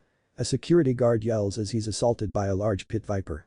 All across the facility, various scientists and engineers try to escape the massive swarm of snakes that have infiltrated the building. The security guards try their best to fight back against the swarm, but the snakes are numerous, well-coordinated, and surprisingly ingenious. The only person perfectly calm in this situation is Hydra, who casually walks down the hall towards a door that says restricted. 2 slices of his sword destroys the door, allowing Hydra to enter the room and leave the chaotic mess behind him. Inside the room, he sees a gray computer circuit card with red glowing lines and a red glowing lens floating in a clear tube. The expansive circular room is completely bare of anything else. Hydra smiles. It's a pleasure to meet you, Overload. We are. Hydra of the Hive. Overload interrupts knowingly. Hydra blinks in surprise. You've heard of us. Overload hears plenty of news from the outside world, Meatbag. Overload explains. Overload knows of how you've defeated and humiliated the Teen Titans. Most amusing. Overload also knows of the deaths of Cinderblock and Plasmus. The meatbags here in this lab increased security to protect Overload from you. It seems their plans were useless. So, have you come to destroy Overload, Hydra of the Hive? We're hoping we won't have to. You've been invited to join the Hive, the teen offers. Our headmaster Brother Blood has plans for the takeover of Jump City and you would be of great use to those plans. Overload assumes that Cinderblock and Plasmus received those same offers. Overload asks. They sure did, Hydra replies, still smiling. And their refusals led to their destruction. Overload concludes. Hydra's smile turns sinister. Indeed.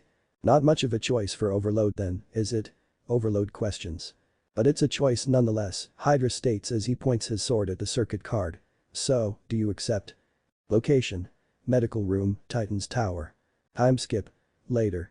Robin awakens to find himself hooked up to medical equipment and strapped to the patient bed with several belts. He struggles to free himself, but the belts are tightly secured around his body. But must we keep him restrained? Starfire's muffled voice asks from outside the room.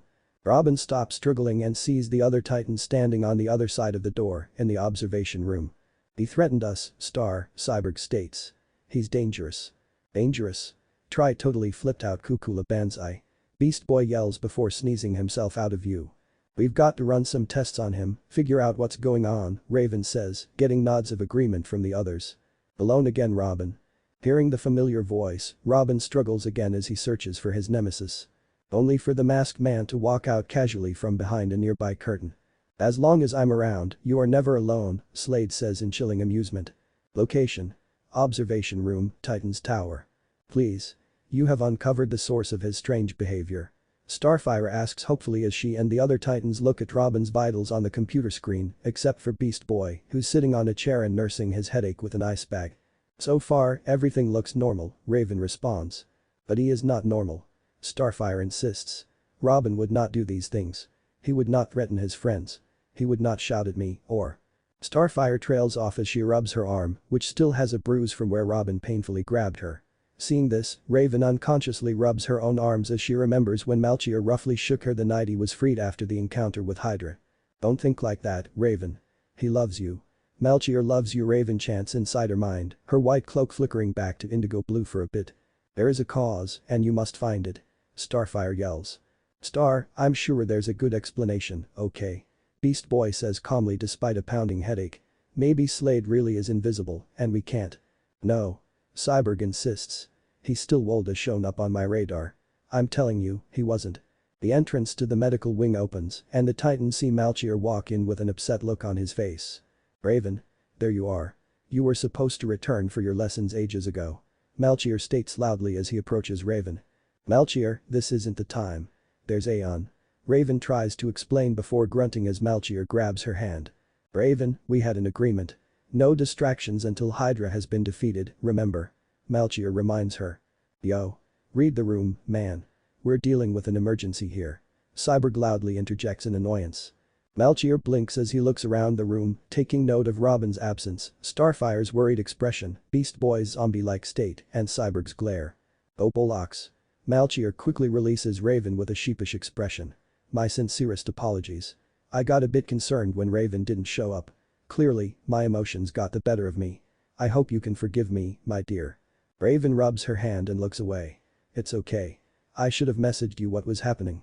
Cyborg gives Malchier a suspicious look. What is this emergency? Malchier asks, changing the subject.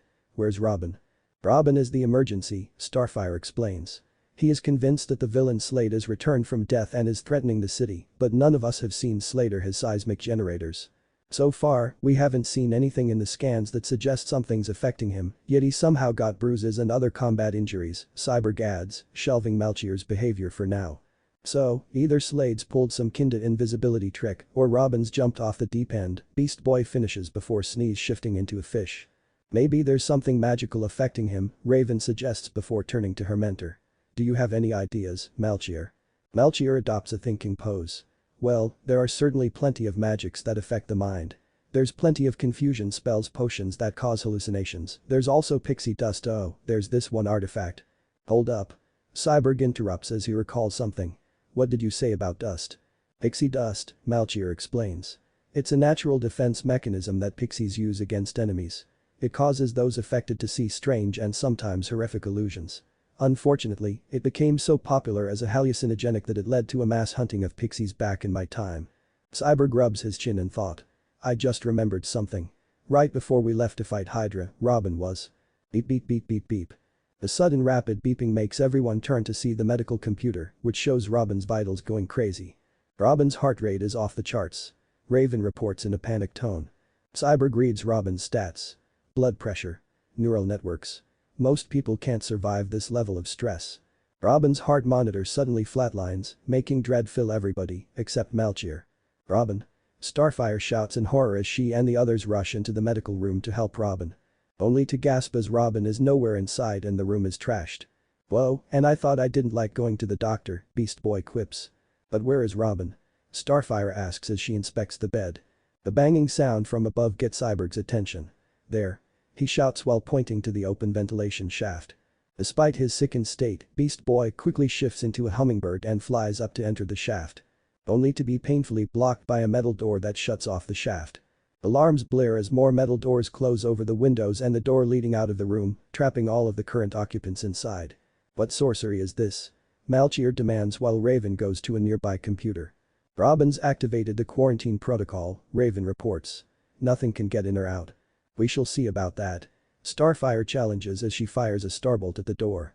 The starbolt ricochets off of the door like a bullet before bouncing around the room, making everyone dodge away from the blast. Careful, Star. Cyborg warns. Starfire barely registers Cyborg's words as she bangs on the door, trying to break free. We must find Robin. Starfire declares before hanging her head in frustration. Cyborg gently pushes her aside as an energy-bladed chainsaw deploys out of his arm, which he uses to try and cut through the door. Meanwhile, Malchier and Beast Boy watch Raven sit in a meditative position. What are you doing? Beast Boy asks. Finding Robin, Raven answers simply. The look of recognition forms on Malchier's face. Ah. The astral projection spell. Good thinking, Raven. Raven smiles at the praise before closing her eyes and focusing. Azrath Metrian Zinthos.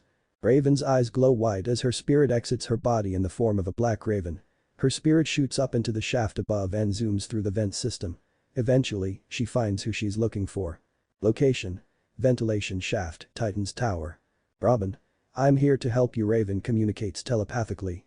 Bursts of memory zoom by through the drift connection. The first is of the computer in the main room that has a multitude of Slade's photos flashing through the screen. Raven. What are you? Stop. You have to get out.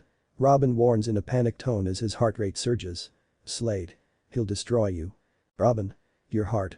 You're in danger, Raven warns back. You have to trust me. The next memory takes place in the tower's basement where an evidence box is open and a sinister red light glows out of a broken mask. Slade isn't here. He's not in the tower, Raven states calmly.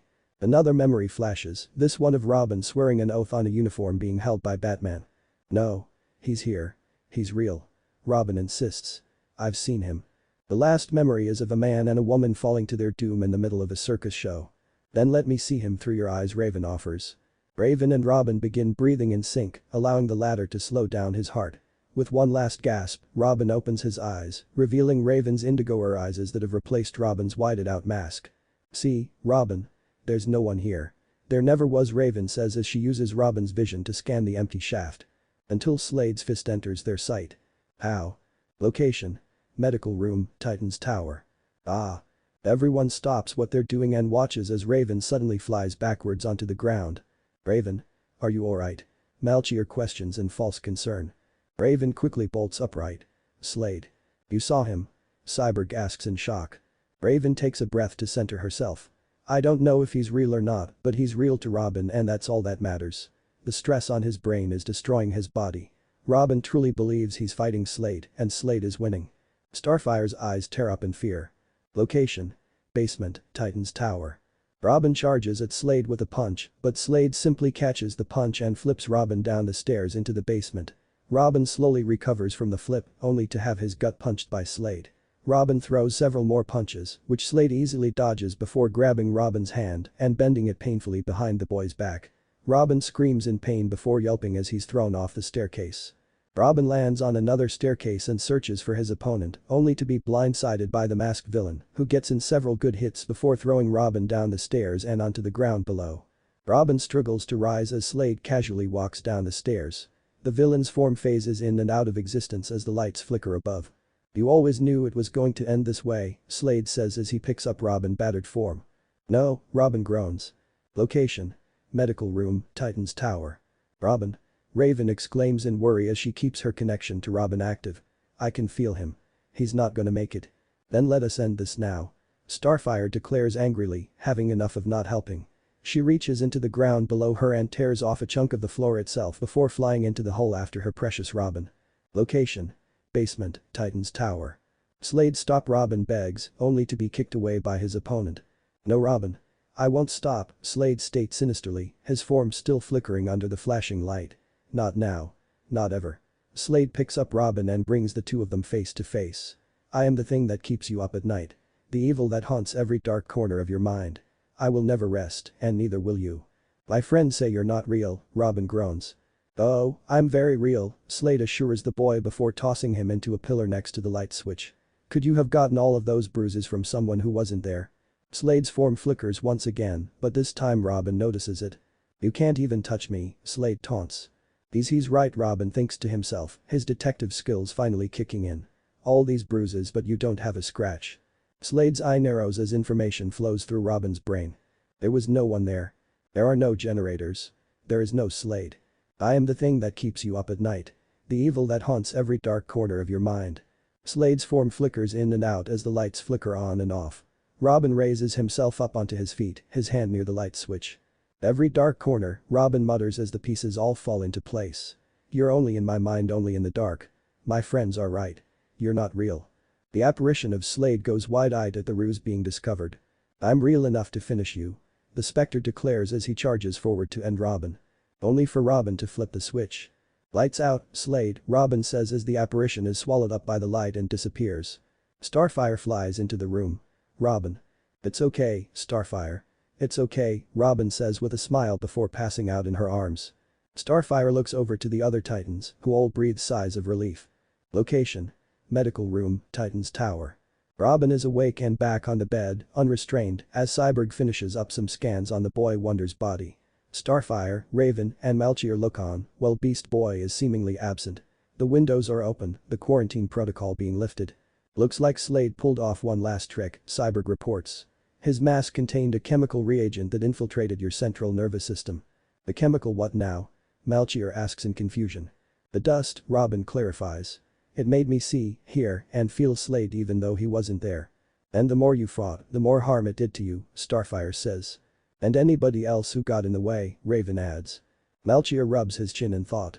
To think that someone could create something more potent and dangerous than pixie dust, the science is quite frightening. I might have underestimated these non-magical modern humans. Just another thing to be wary of. Cyborg smiles. Scan says you're all clear now, though. Yeah, Robin says as he gets off the bed, but just to be sure. Robin walks over to the light switch and flicks it off. He looks around the darkened room and takes stock of all of his friends and Raven's boyfriend. After several moments of no Slade, Robin sighs and flicks the lights back on. I've been fighting Slade for so long, it's almost hard to let him go, Robin says tiredly, but sometimes it feels like I'm the only one still looking for him. The only one who can stop him. I've felt the same about Rorak, Melchior says in an understanding tone. Believe me, it's a terrible feeling to have follow you around. Robin, you are never alone, Starfire assures her precious person. And if Slade really does ever return, we'll be ready, Cyborg swears. We've got things covered here. Why don't you get some rest? Robin smiles. Sounds like a good idea, he says in relief before exiting the room to get some much-needed sleep. The silhouette of Beast Boy suddenly appears from behind the nearby curtain. Okay. He's better, Beast Boy says before pulling back the curtain. Now what about me? I'm dying over here. Achoo. Beast Boy shifts into a hamster. Achoo. Beast Boy shifts into a cola. Achoo. Beast Boy shifts into a frog. Croak. Starfire and Raven both go into a laughing fit at their clown friend's antics. Even Melchior laughs a bit. How amusing. Raven stops laughing as she notices Cyborg looking at a map on a nearby computer screen. What is it? The reagent in Slade's mask didn't trigger itself. There was a signal, Cyborg states ominously. Somebody triggered it from outside the tower. Raven and Starfire both pale at the implication. Who? There's more, Cyborg continues. I didn't want to tell Robin just yet, but I've been tracking Hydra's whereabouts all night. Cinderblock wasn't the only one of Slade's old goons that Hydra visited. He went to Plasmus and Overload too. A somber look falls on Cyborg's face. Plasmus is dead. His human head got split open by a sword. Starfire gasps in her hands as Raven and Melchior both gulp. And Overload? Raven asks tentatively. Location. Headmaster's office, Hive Academy.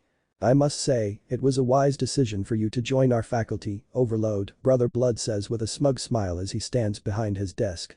In front of him stands Hydra and Overload, the latter hovering above the ground using electrokinesis. Like Overload said to your student, it wasn't much of a choice, Overload states. Now don't be so pessimistic, Brother Blood says. I think you'll be excited to be part of our class project. The door to the office suddenly opens and Gizmo flies in holding a device in his hand. Speaking of which, Gizmo here has the data for our grand scheme in his hands, Brother Blood states, gesturing to the device. Does he, now? Overload says before quickly flying into the device. Hey. A little warning. Gizmo yells.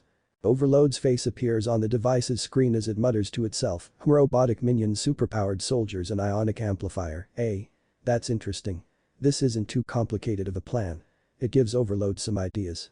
In the midst of their muttering, Overload doesn't notice Gizmo grin evilly as he places another device on the first, making sparks arch between both. Overload's face glitches on the screen. Wait. What is this? Overload demands in a panicked tone. What have you done? Just a little alteration to your programming, Brother Blood answers calmly as he approaches Gizmo. Can't have you running free and taking over our technology, after all. You're working for us, Rusthead. Deal with it. Gizmo gloats. You deceived Overload. Used Overload. The trapped villain complains. Yes, I do tend to do that from time to time, Brother Blood says with a cheeky grin. It's almost as if I'm an evil headmaster of a school for villains. Brother Blood and Gizmo laugh evilly at this, not noticing Hydra scowl nearby. Overload will fry you for this. Overload threatens. Oh, come now. Did you honestly expect me to believe that you didn't plan on betraying us? Brother Blood argues. Overload doesn't respond. That's what I thought, Brother Blood says in a knowing tone. Never trust a villain. Come on, Pit Sniffer. We've got work to do. Gizmo says before flying off with his new prisoner. Brother Blood approaches Hydra with a proud smile and offers his hand. Excellent work, my student. Hydra quickly makes a convincing smile and accepts the hand. We're happy to make you proud, Headmaster. Off you go, then. Best to get some rest, Brother Blood says in a warm tone. Hydra bows before exiting the office. Brother Blood chuckles evilly. Soon, this city will be mine. Outside of the office, Hydra heads back to his room, his scowl returned. Never trust a villain indeed, Hydra muses. What's the plan? Kurama asks. Hydra has a determined look. We prepare for a premature graduation. Location. Raven's room, Titan's tower. Melchior stands in the middle of an intricate magical circle drawn by chalk in the dimly lit room. Nearby, Raven places a large clear sphere in a smaller magical circle. It's rather fortunate that you had a scrying orb in your collection, Raven, Melchior says. I feel bad about using this for the ritual, Raven admits sadly. It was a parting gift from Azar. Trust that it will be put to good use, my sweet Raven, Melchior says softly. Raven still feels unsure about this, but nods in acceptance as she stands between the two circles. Now then, let us begin, Melchior says, his foot tapping quickly in anticipation. Raven takes a deep breath before waving through hand gestures, her hands glowing with power. Transfer Magic-y, she chants as both magic circles start glowing, transfer Magic-y, transfer Magic-y. Magical energy arises out of the orb and travels towards the other magical circle, guided by Raven's arm motions. The stream of magic then enters Melchior's body, making the fake wizard lock up and his eyes glow with power. Despite the gritting of his teeth, Melchior smiles as he feels his well of magical power fill up again. After several moments, the magic fully enters his body and the magical circles dim, signaling the end of the ritual. Melchior collapses to his knees, breathing heavily as his body gets adjusted to having some magic again. Raven stops waving her arms and takes a moment to catch her breath. She then glances over at her scrying orb, only to gasp as she sees the once clear ball is now pitch black and has cracked in half. No, Raven mutters in horror as she rushes over to her artifact. Meanwhile, Melchior grins as he rises to his feet and inspects himself. His joy arises as black lighting arches between his hands, despite the amount of exertion needed for this magical act. It's a long way from my old power, but it's an excellent start. Melchior thinks. Outstanding work, Raven. Melchior praises as he looks over to his student. Only for his smile to drop as he sees Raven with tears in her eyes while holding her ruined bauble in her hands. Melchior subtly rolls his eyes before plastering a fake calming smile on his face and approaching Raven. Don't despair, my sweet Raven, Melchior says soothingly as he kneels down and gives Raven a one-armed hug. This sacrifice will be worth it. This is all so that we can have our happy life together. This is all to make sure you won't be lonely ever again. Raven takes a moment to dry her tears. Why, you mean it? Of course, my darling, Melchior responds while internally retching. You'll see the reward soon enough. A weak smile forms on Raven's face. This is what I want. This is also I won't be alone. It'll be worth it. Melchior rises as black lightning crackles in his hands. Now then, my sweet Raven, the real training begins, Melchior says with a real and somewhat unnerving grin. Location. Unknown. The landscape is hellish in every sense of the word, with nothing but barren rocky plains, as far as the eye can see, and wide rivers of lava flowing across the area. Dotting the land are the ruins of buildings, remnants of a civilization long destroyed. Ghoulish beings made of elemental fire glide across the black smoky sky. In the midst of this, a colossal bipedal figure with antlers sits on a throne made of obsidian, his features hidden in darkness. You took a great risk with your actions, my herald, the figure says in a deep demonic voice. You were supposed to merely observe. Another figure stands on the giant's arm. An armored man wearing a very familiar mask. My apologies, master, Slade speaks. I simply wanted to tie up some loose ends before I fully committed myself to your cause. A shame that my reagent couldn't finish off Robin. It was entertaining seeing that mortal suffer, the giant admits. Still, he was not my main focus. Of course, Slade responds. Your daughter appears to have grown stronger than anticipated. It seems she's found herself a teacher. Indeed. It almost makes me proud, the giant says with little fondness. Her efforts are useless, though. No amount of magic can allow her to escape her destiny. Master, there's also the other one, Slade points out. The boy called Hydra, it seems his power over chakra eclipses your daughter's. The giant hums in thought. A mortal with sizable amounts of chakra, and he's not mine. The only other place he could have acquired that power would be. The giant laughs slowly. It seems there's been a rebellion in the clan since I was away. A problem, master? Slade asks. None. This Hydra will either bend to my will or break under my power, the giant declares, as for red eyes glow out of his head, as will all things mortal. By your will, master, Slade says as an ornate red S glows sinisterly on his forehead. Chapter end. What if Naruto x Jinx x Raven Teen Titans end here, and thanks for watching my video till the end.